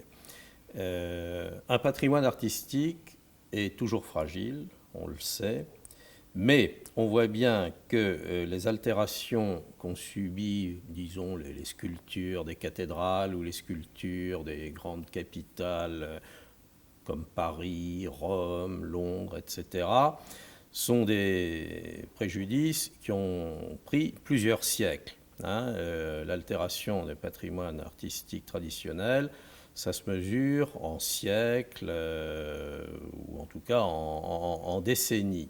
Pour le patrimoine architectural. Le patrimoine pictural s'altère plus ou moins rapidement et pour voir s'abîmer, se décolorer ou se défaire certaines toiles, il a suffi là aussi quelquefois de quelques dizaines d'années. Mais enfin, c'est encore du long ou du moyen terme. Le patrimoine cinématographique, lui, qui a à peine 100 ans aujourd'hui, si on le fait partir après les Frères Lumière. Ce patrimoine qui a à peine un siècle, lui, il est menacé pratiquement depuis ses débuts, depuis ses origines. Et là, ce n'est pas en décennies ou encore moins en siècles qu'il faut raisonner, mais c'est en quelques années. C'est un patrimoine menacé à très court terme. C'est un patrimoine qui est constitué par un matériau fragile. Et je parle du matériau traditionnel, classique, le support sur pellicule. C'est un support qui s'altère très vite, qui s'use très vite par son utilisation. Une copie de film qui a été projetée un certain nombre de fois s'use beaucoup plus vite que la Joconde, même contemplée par des millions de spectateurs tous les ans. Donc un patrimoine fragile. Alors il faut voir un peu quelles sont les menaces qui planent sur ce patrimoine. Il y a d'abord l'utilisation même des œuvres. Hein. Oui. Bon, un film, c'est d'abord un négatif, mais le négatif, on ne sait pas toujours ce qu'il devient. Hein. On sait que, en général, c'est la propriété du producteur, mais les producteurs dans un pays comme la France, ce sont des sociétés souvent éphémères, qui disparaissent, qui changent de main, que deviennent les films au cours de ces mutations, au cours de ces disparitions de sociétés, de ces faillites. Il y a beaucoup de films comme ça dont on perd la trace du négatif, hein, ou bien ils n'ont pas été recensés et ils dorment dans d'anciens laboratoires où on ne sait même plus qui sont. Hein, et René en a retrouvé comme ça pas mal. Je me souviens quand elle a retrouvé, par exemple, des tas de vieux films chez GTC, hein, dont on avait perdu la trace depuis longtemps. Il y avait là des tas de titres du patrimoine français dont on oubliait l'existence depuis un bon demi-siècle à l'époque. Donc, il reste les copies. Et les copies, ça s'use. Hein. Quand le négatif n'est plus là, on se retrouve pour avoir un film en présence d'une ou deux ou trois vieilles copies et qui sont passées, repassées indéfiniment, qui sont rayées, les fins de bobine ou les débuts de bobine sont abîmés, entamés, inservables. Il faut couper. Quelquefois, les projectionnistes l'ont fait eux-mêmes. Oui, c'est vrai. Hein, on a des perforations qui deviennent un peu trop lâches, qui quelquefois sont complètement déchirées. Les rayures aussi. On a les rayures. Hein, qu'est-ce qu'on peut avoir encore ? On a ce qu'on appelle le retrait. Hein, oui, c'est-à-dire le retrait aussi. sur le support, c'est quoi ? Donc ça peut déchirer la pellicule. C'est ça, c'est l'émulsion qui se rétrécit. Qui se rétrécit, voilà, Oui, c'est le mot exact.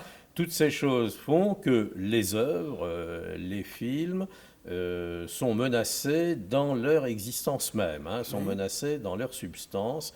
Alors, quand on dit qu'on va projeter un vieux film, eh ben, il faut voir qu'on puisse le projeter. D'abord, il faut qu'on ait le film. Ensuite, il faudra vérifier qu'on l'a dans son intégralité, parce qu'il y a encore un autre problème, et qu'il est en état de projeter. Ce qui fait que pendant très longtemps, les archives ou les cinémathèques ont projeté des films qui étaient des exemplaires uniques, qui auraient dû être des documents d'archives, et comme c'était les seuls, ça servait en même temps de documents de projection. Oui. Hein. C'est comme si la Bibliothèque nationale avait uniquement l'exemplaire du dépôt légal et le donner à lire à ses lecteurs habituels, avec des gens qui gribouillent dessus, qui arrachent des pages, qui coupent, hein, et à la fin, l'œuvre, elle n'existe plus, ou il peut en manquer un chapitre entier. Et c'est ce qui est arrivé avec les films. Hein, le patrimoine cinématographique, non seulement des œuvres disparaissaient entièrement, mais même celles qui avaient survécu, c'était dans un état tellement calamiteux, tellement catastrophique, qu'il fallait reconstituer l'œuvre. Alors il faut avoir bien présent à l'esprit cette notion de fragilité d'un patrimoine continuellement menacé. Et encore là, on a raisonné sur les films les plus anciens, mais à mesure que la technique se perfectionne et qu'il y a des progrès, il y a de nouvelles menaces. Hein. Pensons à la couleur. Hein. Les films couleurs s'abîment, se détériorent encore bien plus vite que le vieux noir et blanc, hein, car finalement aujourd'hui dans les films anciens, qu'est-ce qui a le mieux résisté ? Je crois que c'est les films lumière, parce qu'ils ils étaient sur des supports d'une qualité, je dirais pas indestructible, mais enfin à toute épreuve ou à peu près. Et plus on va, plus on avance dans le temps, plus les qualités de pellicule sont moins bonnes. Sont plus fragiles. Sont plus fragiles, résistent moins. Hein, et je ne parle pas des pellicules de la période de guerre et d'après-guerre qui représentent presque 10 ans de production et qui là sont très très menacées parce que les pellicules étaient vraiment de qualité inférieure et qu'en plus les copies étant plus rares, on les utilisait à mort. Hein, ce qui fait qu'aujourd'hui il est plus difficile souvent de retrouver un film de 1945 qu'un film de 1910 ou 1920. Hein. Donc, avec la couleur, nouvelle menace, l'altération des couleurs. Oui, surtout ça. Très variable selon les procédés d'ailleurs. Il y en a qui résistent mieux que d'autres. Mais enfin, bon, moi j'ai revu récemment certains beaux Agfacolor que je savais qu'ils avaient été très beaux, qui sont plus que l'ombre d'eux-mêmes. Je ne parle pas des Gevacolor ou d'autres procédés plus rares qui sont complètement virés maintenant. Et là, je parle du négatif. Oui, bien sûr.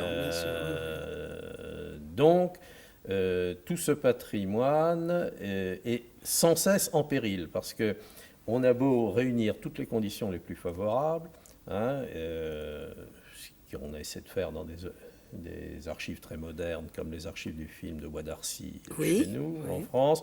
On a des conditions de température constantes, on a des conditions d'hygrométrie, c'est-à-dire de degré d'humidité de l'air sur lesquels on veille attentivement.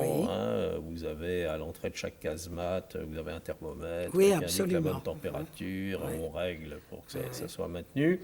Et malgré tout ça, il arrive qu'on a des mauvaises surprises. Voilà, on limite les dégâts, mais on n'évacue pas complètement tous les risques. Hein. Et on sait que les films continuent de mourir et qu'il faut périodiquement les transférer sur un nouveau support. Oui, c'est vrai.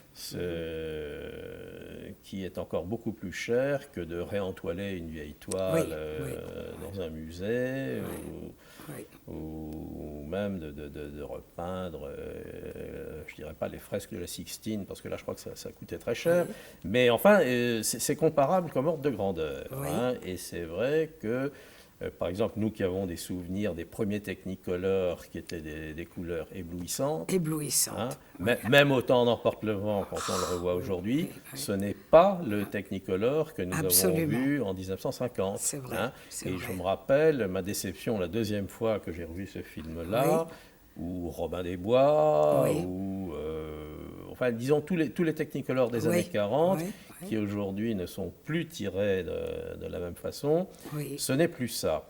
Hein, donc c'est un patrimoine dont il est très difficile de maintenir l'intégralité, non, je dirais l'intégrité, hein, exactement l'œuvre dans ses composantes d'origine intactes. Et l'intégralité aussi, car le nombre de films qu'on croit avoir, dont on dit qu'on les a, et dont on découvre un jour qu'il manque une bobine, deux bobines, un plan ici, un autre là. Hein. Alors il y a les exemples célèbres qui amusent tout le monde. Lucrèce Borgia d'Abel Gans, qui était un des seuls films français à montrer des nus dans les années 30, hein, et où on disait que les projectionnistes les avaient tous coupés les uns après les autres, ce qui fait que lorsqu'on voyait Lucrèce Borgia de Gans, les gens étaient très déçus parce que les nus, il n'y en avait plus. Oui, c'est vrai. Bon, donc ça veut dire que le jour où on veut reconstituer ces œuvres, il faut courir, faire le tour des collections, des instances professionnelles, s'adresser aux producteurs ou aux labos s'ils existent toujours et ont le négatif, retrouver des vieilles copies si le négatif a disparu, et si on n'a plus de vieilles copies en France, s'adresser aux cinémathèques étrangères. Absolument, oui, c'est vrai. Alors ça, c'est une question qu'on nous a posée tout à l'heure hors champ, savoir comment ça se passe. La Fédération internationale des archives du film est un organisme qui répond un peu à cette nécessité d'échange. Hein. Les cinémathèques des grands pays, hein, je rappelle que celle de France, la Cinémathèque française où nous sommes, est une des 2 ou 3 premières. avec celle d'Allemagne, celle d'Angleterre, celle de Suède et de Oui, trois bien autres, sûr, ouais. hein, que dès 1939, cette fédération internationale avait été constituée, n'a cessé de s'étendre et comprend aujourd'hui plusieurs dizaines de cinémathèques nationales appartenant aux 5 continents, et même aux 6, puisqu'il y en a beaucoup en Amérique du Sud. Donc, ces cinémathèques échangent des informations et lorsque on veut entreprendre une grande restauration et qu'on sait qu'il manque des éléments, eh ben, on s'adresse à ces cinémathèques et lorsqu'on a la chance de retrouver une copie plus complète chez l'une d'elles, eh ben, on procède à des échanges de matériaux, on se fournir la bobine qui manque ou le plan qui manque. Et ce n'est qu'à ce prix, et je dis bien à ce prix, car ce sont des opérations là aussi coûteuses et qui pèsent très lourd, on peut prétendre reconstituer le patrimoine cinématographique. Alors, c'est ça le travail de René pendant ces années de cinémathèque. Ça a été non seulement être à cette table de montage pour refaire en bon état ce qui restait d'un film en mauvais état, mais c'était aussi se procurer les éléments manquants, Absolument, oui. hein, les rendre homogènes, hein, Oui. car très souvent on a une copie 35 ici, une copie 16 ailleurs, voire une copie 9.5. Hein, oui, on a oui. des Oui, c'est exemples arrivé où c'est aussi. tout ce qui restait, Oui, où il faut donc rendre tout ça homogène et refaire une œuvre cohérente. Alors, je n'ai pas tout dit, je pense que j'ai dû peut-être oublier certains aspects. non, absolument. Hein. Mais en gros, je pense que en disant ça, on a fait le tour des problèmes principaux qui se posent. On en verra d'autres à mesure qu'on avancera dans notre entretien. Hein, on continuera bientôt devant une table de montage, on fera quelques manipulations, et là je pense qu'il y a d'autres choses qui nous reviendront à l'esprit. Mais le cadre général des opérations, je crois qu'en gros c'est celui-là que j'ai esquissé. Mais ce qu'il faut aussi, c'est former des techniciens pour le tirage. Alors, c'est spécial, ça. Voilà, alors... Ça, c'est très important. C'est ça, parce que René qui a travaillé seul ou à peu près... Moi, c'est sur le positif que je travaille toujours. Oui. Oui, alors ça demande d'être expliqué, ça, peut-être, justement. Oui, ça, d'accord. Mais ce qu'il faut, c'est aussi former des gens qui puissent tirer des 9.5, les agrandir, faire attention, c'est tout un métier aussi, ça, qui est à part du mien, hein, et puis de celui qui restaure les films. C'est-à-dire que c'est en amont du vôtre, voilà. c'est au laboratoire voilà. qu'il faut avoir des personnels spécialement préparés à ce genre d'opération. Voilà, je pense qu'il faut, oui. Pour le patrimoine, je pense que c'est très important. Bon, alors donc ça pose le problème plus général de la formation de personnel spécialisé à tous les stades des opérations. On doit avoir des spécialistes et on ne peut pas faire appel à un technicien ordinaire habitué aux travaux ou au matériel du cinéma d'aujourd'hui. Voilà, c'est ce que je pense aussi, oui. Bon, et alors quels sont les métiers sur lesquels des formations seraient le plus utiles tout de suite là, Je pense d'abord pour le tirage, pour l'agrandissement, c'est tout un métier, c'est dans les laboratoires ça qu'on les forme. Et actuellement en France, dans les laboratoires, on n'a pas des personnels. Non, il y a eu quelques artisans, mais qui se sont plus ou moins retirés ou qui ont vieilli. Alors, on ne peut pas tirer ces films comme on tire les films d'aujourd'hui. Hein. Ça demande vraiment une technique spéciale, beaucoup de patience, c'est plus du tout la même chose. Oui, surtout que de plus en plus aujourd'hui, les laboratoires travaillent à un rythme industriel. Voilà. Hein, parce qu'il y a vraiment bien sûr. Une demande accrue quand même. Donc, les rythmes de travail s'intensifient. Hein, les volumes de production ont augmenté, donc ils sont souvent surchargés de travail. Et c'est vrai qu'il y a dans le travail patrimonial tout un côté artisanal qui est indispensable. Voilà, c'est ce que je pense en tout cas. Voilà. Oui, c'est ce que je pense en tout cas. Et qu'on ne sait plus exécuter aujourd'hui. Ça, c'est... Bon, donc, il faudrait prévoir sans doute un programme de formation, Oui, d'abord. absolument. Oui. Prévoir les personnels. Alors, est-ce que les autorités publiques en sont conscientes? Je ne sais pas. J'en suis pas sûr du tout. Ça non plus, oui. Voilà.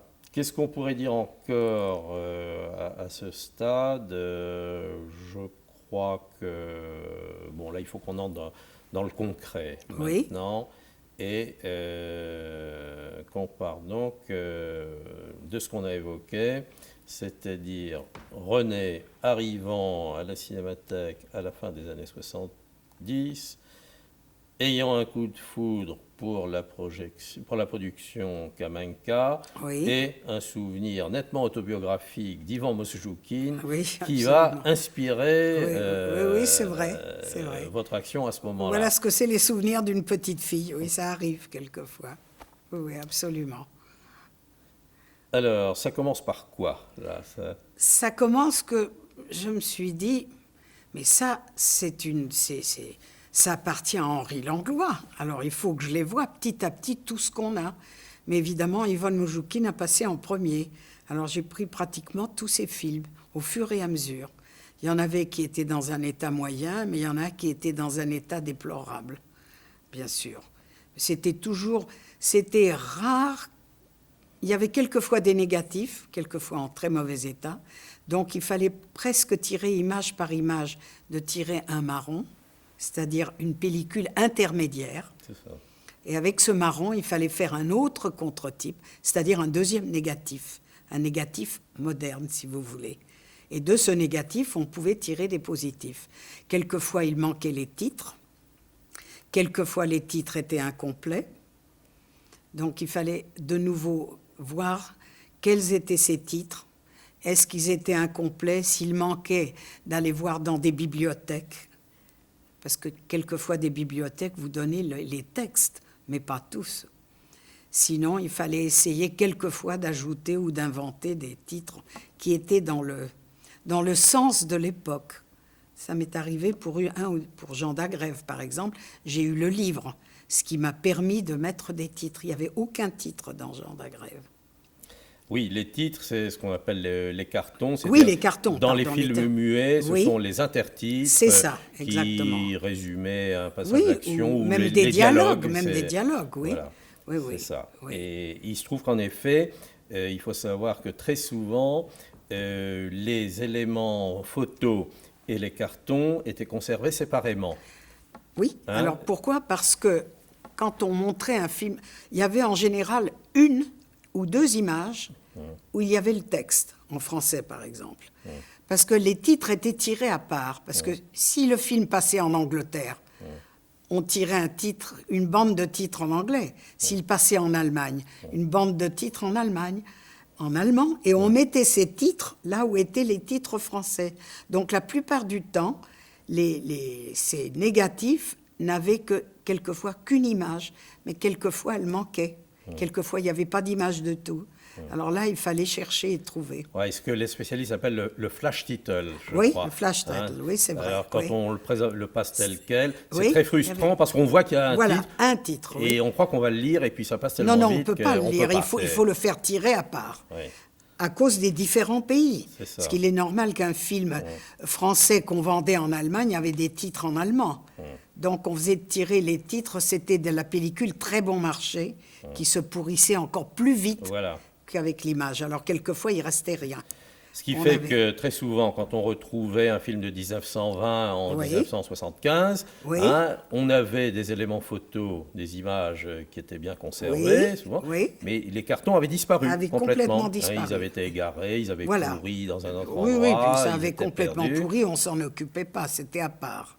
Donc là, très souvent, on avait un problème de reconstitution spécifique et qui est un problème diabolique. Très diabolique, souvent, quelquefois ça a été diabolique. On a beaucoup, terrifiant, oui. On a beaucoup de mal. Parce qu'il fallait essayer de lire les livres, d'aller dans les bibliothèques, de voir s'il y avait des scénarios qui restaient, des journaux, d'essayer de reconstituer en somme ce qui n'existait pas. C'est ça. Et c'était très difficile. Et je sais que, par exemple, il y a parfois des circonstances assez extraordinaires qui font que pour certains films français primitifs, dont on avait les images mais pas les textes, qui avaient complètement disparu, Oui. on a retrouvé les résumés de ces films dans les archives de la commission de censure de Stockholm. Voilà. Hein, parce que la Oui, mais censure oui, suédoise quelquefois, on avait écrivait conservé partout. les Oui, résumés des films. Absolument. Hein, et c'est ce qui fait qu'un film pâté de 1909, Oui, c'est vrai. disparu sans laisser de traces en France, le texte s'est retrouvé comme ça Oui, il y dans a les eu des cartons de la textes retrouvés censure à suédoise. l'étranger. Absolument. Hein, et bon, c'est un cas pittoresque. C'est mais enfin, une grande joie quand on retrouve un texte, en tout cas. Parce que les films muets sans texte du tout, c'est pas... Il y a un manque absolu. Absolu. oui, ces textes existaient, ils avaient une utilité. C'est des dialogues, des c'est des fois, en dialogues. plus. Ce sont des dialogues, quelquefois. Ça fait partie intégrante de l'œuvre. Absolument. Sans compter que ces titres faisaient souvent d'ailleurs l'objet d'une présentation très soignée, artistique. Quelquefois avec des très jolis dessins autour, merveilleux. C'est ça, il y avait des caractères fleuris, Oui, des choses comme absolument. ça. Absolument. Ça finissait par être une partie intégrante de Absolument. l'œuvre, notamment dans tout ce qui est film d'art, la production des films artistiques Gaumont du début des années 20, c'est vrai. les films de Marcel L'Herbier ou les choses Oui, comme ça. oui, c'est on a vrai. de véritables œuvres d'art. Oui, c'est vrai. Bon, alors donc tout ça, ça a été aussi le travail. Et ça commence donc avec Ivan Mosjoukine. Alors, les grands films d'Ivan Mosjoukine, il faut rappeler que ce n'est pas seulement un caprice de petite fille ou une émotion autobiographique. Ce sont des films qui sont dans toutes les histoires du cinéma. Absolument, oui. C'est Keane, c'est Le Brasier Ardent, c'est Casanova, c'est Michel Strogoff, c'est La Maison du Mystère. La Maison du Mystère, 13 bobines. Eh oui, c'était un film à épisode. Ah oui, magnifique d'ailleurs. Un serial. Ah oui, c'est magnifique comme film. C'est un film de Volkov, je oui, crois bien. Oui, magnifique. Oui. Ça, voilà, alors donc tous ces films-là, dont l'intérêt historique est incontestable et l'intérêt artistique, correspondaient chez René à espèce de réminiscence affective. Absolument, de désir de retrouver. Oui, absolument. Mais enfin, j'en ai sauvé beaucoup d'autres aussi, mais c'est vrai. Mais au départ, c'était ça, c'est vrai. C'est parti de là. Oui, absolument. Je le reconnais, c'était ça. Et alors, qu'est-ce qui a été le plus difficile et le plus compliqué là, parmi les titres qu'on vient d'évoquer ou d'autres dans ces grosses opérations? Je ne sais pas, je ne me souviens pas spécialement. Je sais que j'ai tout ce qu'on avait en France, je l'ai sauvé avec Mosjoukine. Mais il y avait des films qui étaient en Allemagne, qu'on n'a jamais eu. Il y a eu 2-3 films que j'ai jamais pu avoir. Mais tout ce qui était en France de Mosjoukine, je l'ai sauvé. Et il y a des films d'Epstein aussi. Marie était d'accord avec moi, bien sûr. Parce qu'elle en a sauvé quelques-uns de ses frères. De son frère, elle en a sauvé pas mal, Marie. Oui. Mais certains, elle était d'accord pour que ce soit moi qui... Et il faut rappeler que Marie Epstein, sœur de Jean Epstein, et elle-même cinéaste d'ailleurs, a été un des piliers de la Cinémathèque française. Ah oui. Et a spécialement veillé, en effet, sur l'œuvre de son frère. Ah oui, absolument. Jean Epstein, qui était un des grands noms du cinéma français. Brasier Ardent, c'est elle qui l'a restauré. Oui. Oui, elle a eu un choc, et c'était un film d'avant-garde extraordinaire, et ça, c'est elle qui l'a fait. C'était sauvé par elle, ça. Le Lion des Moghols, c'était son frère, c'était aussi les Russes à Paris, c'est elle qui l'a sauvé. Il y a eu plusieurs, c'est elle qui l'a fait, oui. Et puis il y en a eu, c'est moi, enfin, elle était d'accord entièrement.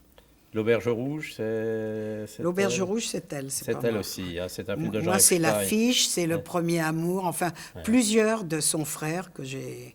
Cœur fidèle aussi. Elle a écrit une lettre fantastique. Elle m'a envoyé une lettre. J'avais les larmes aux yeux. C'était formidable ce qu'elle m'a écrit. Et alors, par exemple, ceux qui étaient en Allemagne et qu'on n'a pas pu avoir, c'est intéressant parce que ça pose là le problème, en effet, des échanges internationaux. Qu'est-ce qui s'est passé? Les Allemands ont refusé de fournir le matériel ou... On n'a jamais pu savoir s'ils l'avaient ou pas. On n'a pas eu de réponse. C'était très difficile. Alors, je ne sais pas, est-ce qu'on pourrait maintenant les avoir? Est-ce qu'ils ont peut-être mis des titres allemands aussi, S'ils ont mis des titres allemands, il y a quand même des titres. Mais personnellement, moi, personnellement, je les aurais attaqués pour avoir tout ce qui était de cette époque des Russes à Paris. Mais enfin, je ne pouvais pas... Oui, alors donc là, c'est vraiment un exemple type de Oui. dysfonctionnement Oui. de la coopération Voilà. entre cinémathèques Voilà. internationales. Voilà. Hein, Oui. alors ça met le doigt sur un des inconvénients de ce genre d'institution, qui est une espèce d'égoïsme institutionnel, quelquefois. hein, de jalousie Oui, quelquefois, oui, c'est vrai. des trésors dont Oui, on oui, est c'est vrai. dépositaire ou propriétaire, Oui, plus rarement, absolument. où on dit ah ben non, ça c'est à moi, Oui, hein, et je le garde. Oui, et oui, c'est comme oui, ça qu'il y a des films qui disparaissent pendant un demi-siècle, Oui, c'est parce vrai. que tout le monde ignore qu'il y a une magnifique copie à Oui, c'est Moscou, vrai. à Prague, C'est vrai, oui. ou Dieu sait tout. Oui, c'est exact. Alors donc là, je ne savais pas. Donc pour Mosjoukine, il y a au moins 2 films Oui, qui... ils sont en Allemagne, oui. Ouais. Alors, est-ce qu'il les a tournés en Allemagne? J'avoue que je ne sais pas. Peut-être parce que Kamenka ou un de ses associés... Ils ont peut-être fait des accords avec les Allemands pour que Mojoukine tourne en Allemagne. C'est très possible aussi. Oui. Il y a- Qu'un producteur le fasse, c'est très possible. Hein. Tout à fait. Il y avait un des associés de Kamenka qui ensuite est allé comme producteur à Berlin. Oui, Et oui. c'est probablement lui qui a dû faire venir Absolument, c'est très possible.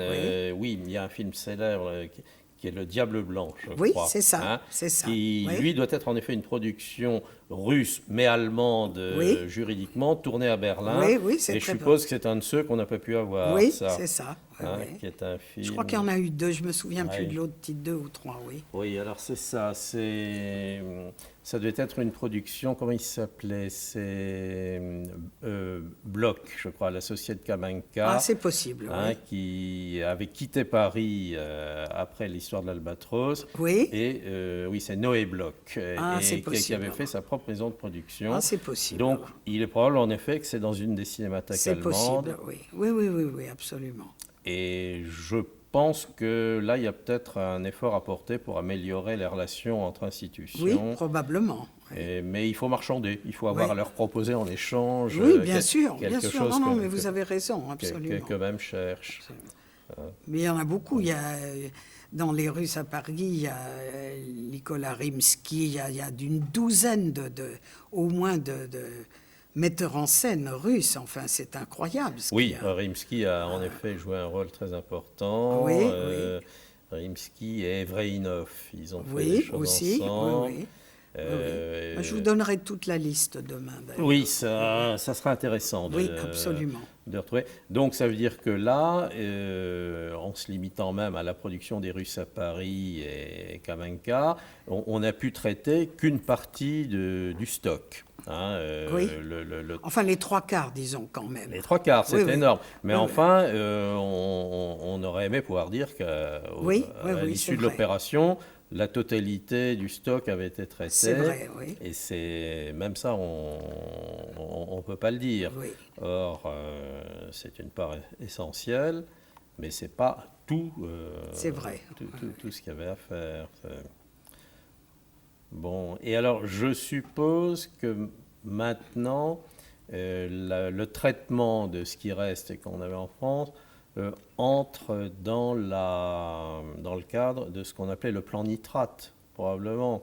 Oui, je suppose, oui. Je ne sais pas ce qui se fait depuis plusieurs années. Vous Ouais. le saurez peut-être mieux que moi, je ne sais pas du tout.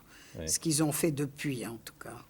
Non, parce que le plan nitrate, il faut rappeler que c'est une opération qui a été lancée par le ministère de la Culture. Oui. Il y a maintenant, je pense, une petite dizaine d'années. Je ne me rappelle plus exactement. Ah bon? Moi, je dirais que c'était au début des années 90, Oui.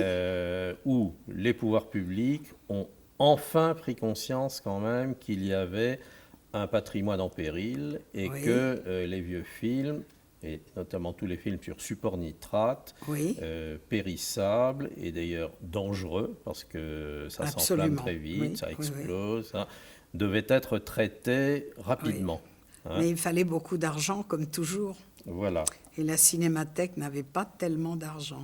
c'est ça. C'est pour ça que l'État là, a pris les opérations en main, Oui, a voté des crédits spéciaux, ça c'est bien. a lancé avec beaucoup de publicité le plan nitrate, tout en disant que ça allait prendre 15 ans. Oui, c'est possible. Oui, mais certains ont trouvé que 15 ans c'était trop, parce que pendant les 15 ans, il y a des C'est films vrai.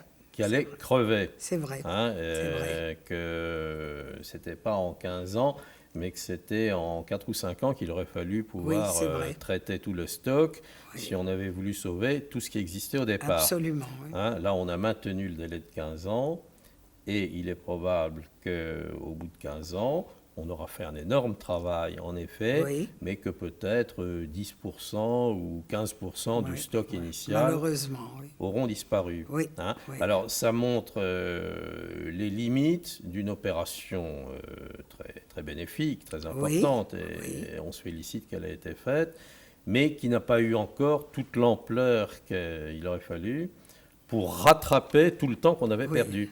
Oui. Hein, car c'est très bien de découvrir le patrimoine cinéma en 1990 ou 1995, je ne sais plus exactement, mais ça faisait bien 50 ans que les écrivains spécialisés, les journalistes, Absolument. la Cinémathèque française, Henri Langlois et les autres disaient attention, il y a des vieux films qui vont mourir. C'est vrai. Qui meurent tous les jours. Je crois qu'on ne l'a pas assez rendu public, on n'a pas assez passionné le public pour ce problème. Enfin, on avait beaucoup d'autres problèmes aussi, je le reconnais. Enfin, moi, c'est le cinéma parce que c'est ma passion. Mais je crois qu'on aurait dû peut-être plus insister auprès des gens, je crois. De le dire plus. Oui, d'autant que si on avait commencé plus tôt, l'effort financier aurait été plus léger. C'est vrai. Hein, si on avait traité les choses à mesure. C'est vrai. C'est vrai. Hein, si on avait commencé à faire le nécessaire, par exemple, et à transférer tous les films nitrates sur support acétate dès l'interdiction de l'utilisation. 1952, ça aurait été formidable. On gagnait 45 ans. Absolument, absolument. Je suis d'accord avec vous. Ouais. Donc là, il y a eu quand même une carence politique, une carence des pouvoirs publics. Absolument, oui. Une indifférence de l'opinion, et d'ailleurs... Qui ne s'est pas rendu compte exactement. Et d'ailleurs, une indifférence aussi des milieux professionnels du cinéma. C'est vrai. Car il faut bien voir que les vieux films, pour les producteurs, qui étaient donc les propriétaires de matériel, étaient quelque chose qui était dépourvu de valeur dès que la carrière du film était terminée. Sauf, et ça c'était depuis très très longtemps, la destruction de certains négatifs pour les selles d'argent. C'est ça. Ça, c'était il y a très longtemps, mais ça a été fait. Ça a été à cause de ça, pour récupérer les selles d'argent d'un négatif. Alors, quand je pense à ça, évidemment, je bouillonne, mais c'est... Il y a eu aussi un autre désastre célèbre, plutôt vers 1910, un peu avant, quand Pathé était en grande bagarre avec Eastman, et que, avec Kodak, et qui n'avait plus de pellicule. Et pour pouvoir tourner de nouveaux films, il a fait gratter toutes les pellicules de ses productions anciennes, ce qui fait qu'il y a des tas de primitifs inestimables de Zecca, de Segundo de Chaumont, de Gagné, enfin de tous les grands cinéastes Pathé, qui ont été détruits par leurs propres propriétaires pour pouvoir enregistrer sur la pellicule de nouveaux films. Je sais. Ça s'est produit une fois, mais il y a beaucoup de choses qui aujourd'hui feraient notre bonheur, qui manquent à cause de ça. Et surtout les selles, pour récupérer les selles d'argent. Alors ensuite, il y a eu époque. les selles d'argent, absolument. On faisait détruire les négatifs pour récupérer les selles d'argent qu'on vendait. Et puis le fait donc que un film qui avait terminé son exploitation, c'est-à-dire 4 ans, en moyenne à la grande époque, un film mettait 4 ans à faire le tour des salles d'exclusivité, des deuxièmes exclusivités, et puis des salles de quartier. Et au bout de 4 ans, il retournait dans la boîte et il n'en sortait plus. Oui, absolument. Donc ça n'intéressait plus personne et on essayait de s'en débarrasser. Oui, absolument. Il a fallu qu'il y ait les premières années de la télévision qui s'est mise à consommer des vieux films, à les redécouvrir, pour que les producteurs comprennent enfin que c'était leur intérêt. Que c'était leur intérêt et que ça avait de la valeur, justement. C'est ça, ça avait un intérêt financier. Absolument. Le seul qui les touchait vraiment, il faut bien dire. Oui. Donc, on n'a pas pu compter sur la profession, sur les milieux du cinéma, pour sauver soi-même son patrimoine, jusqu'à une époque récente. Alors maintenant, oui, il y a eu la télévision, il y a eu les nouveaux médias, les nouveaux supports, Oui, c'est vrai. tout ça qui fait qu'il y a un nouveau marché pour les vieux films, qui n'est pas énorme, mais enfin qui quand même Qui commence, oui. est appréciable, pour qu'on redécouvre que le patrimoine avait non seulement un intérêt artistique ou historique, ce qui n'intéressait pas grand monde, mais aussi peut-être une valeur marchande. Oui, c'est vrai. Hein. Et ça nous aurait bien aidé si ça avait oui. été le cas. Quelques années avant. Et ça aurait bien aidé Henri Langlois. Je suis sûre. S'il avait pu faire tirer des films Albatros et les vendre à une chaîne Il a de fait télé. tirer film, mais il n'avait pas assez d'argent. Il en a fait tirer très peu. Il n'avait pas les moyens. Alors s'il avait eu une commande de TF1 ou Affaire 3, là, ça, on en aurait tiré beaucoup plus. Oui, c'est vrai. Mais ça n'existait pas. C'est exact.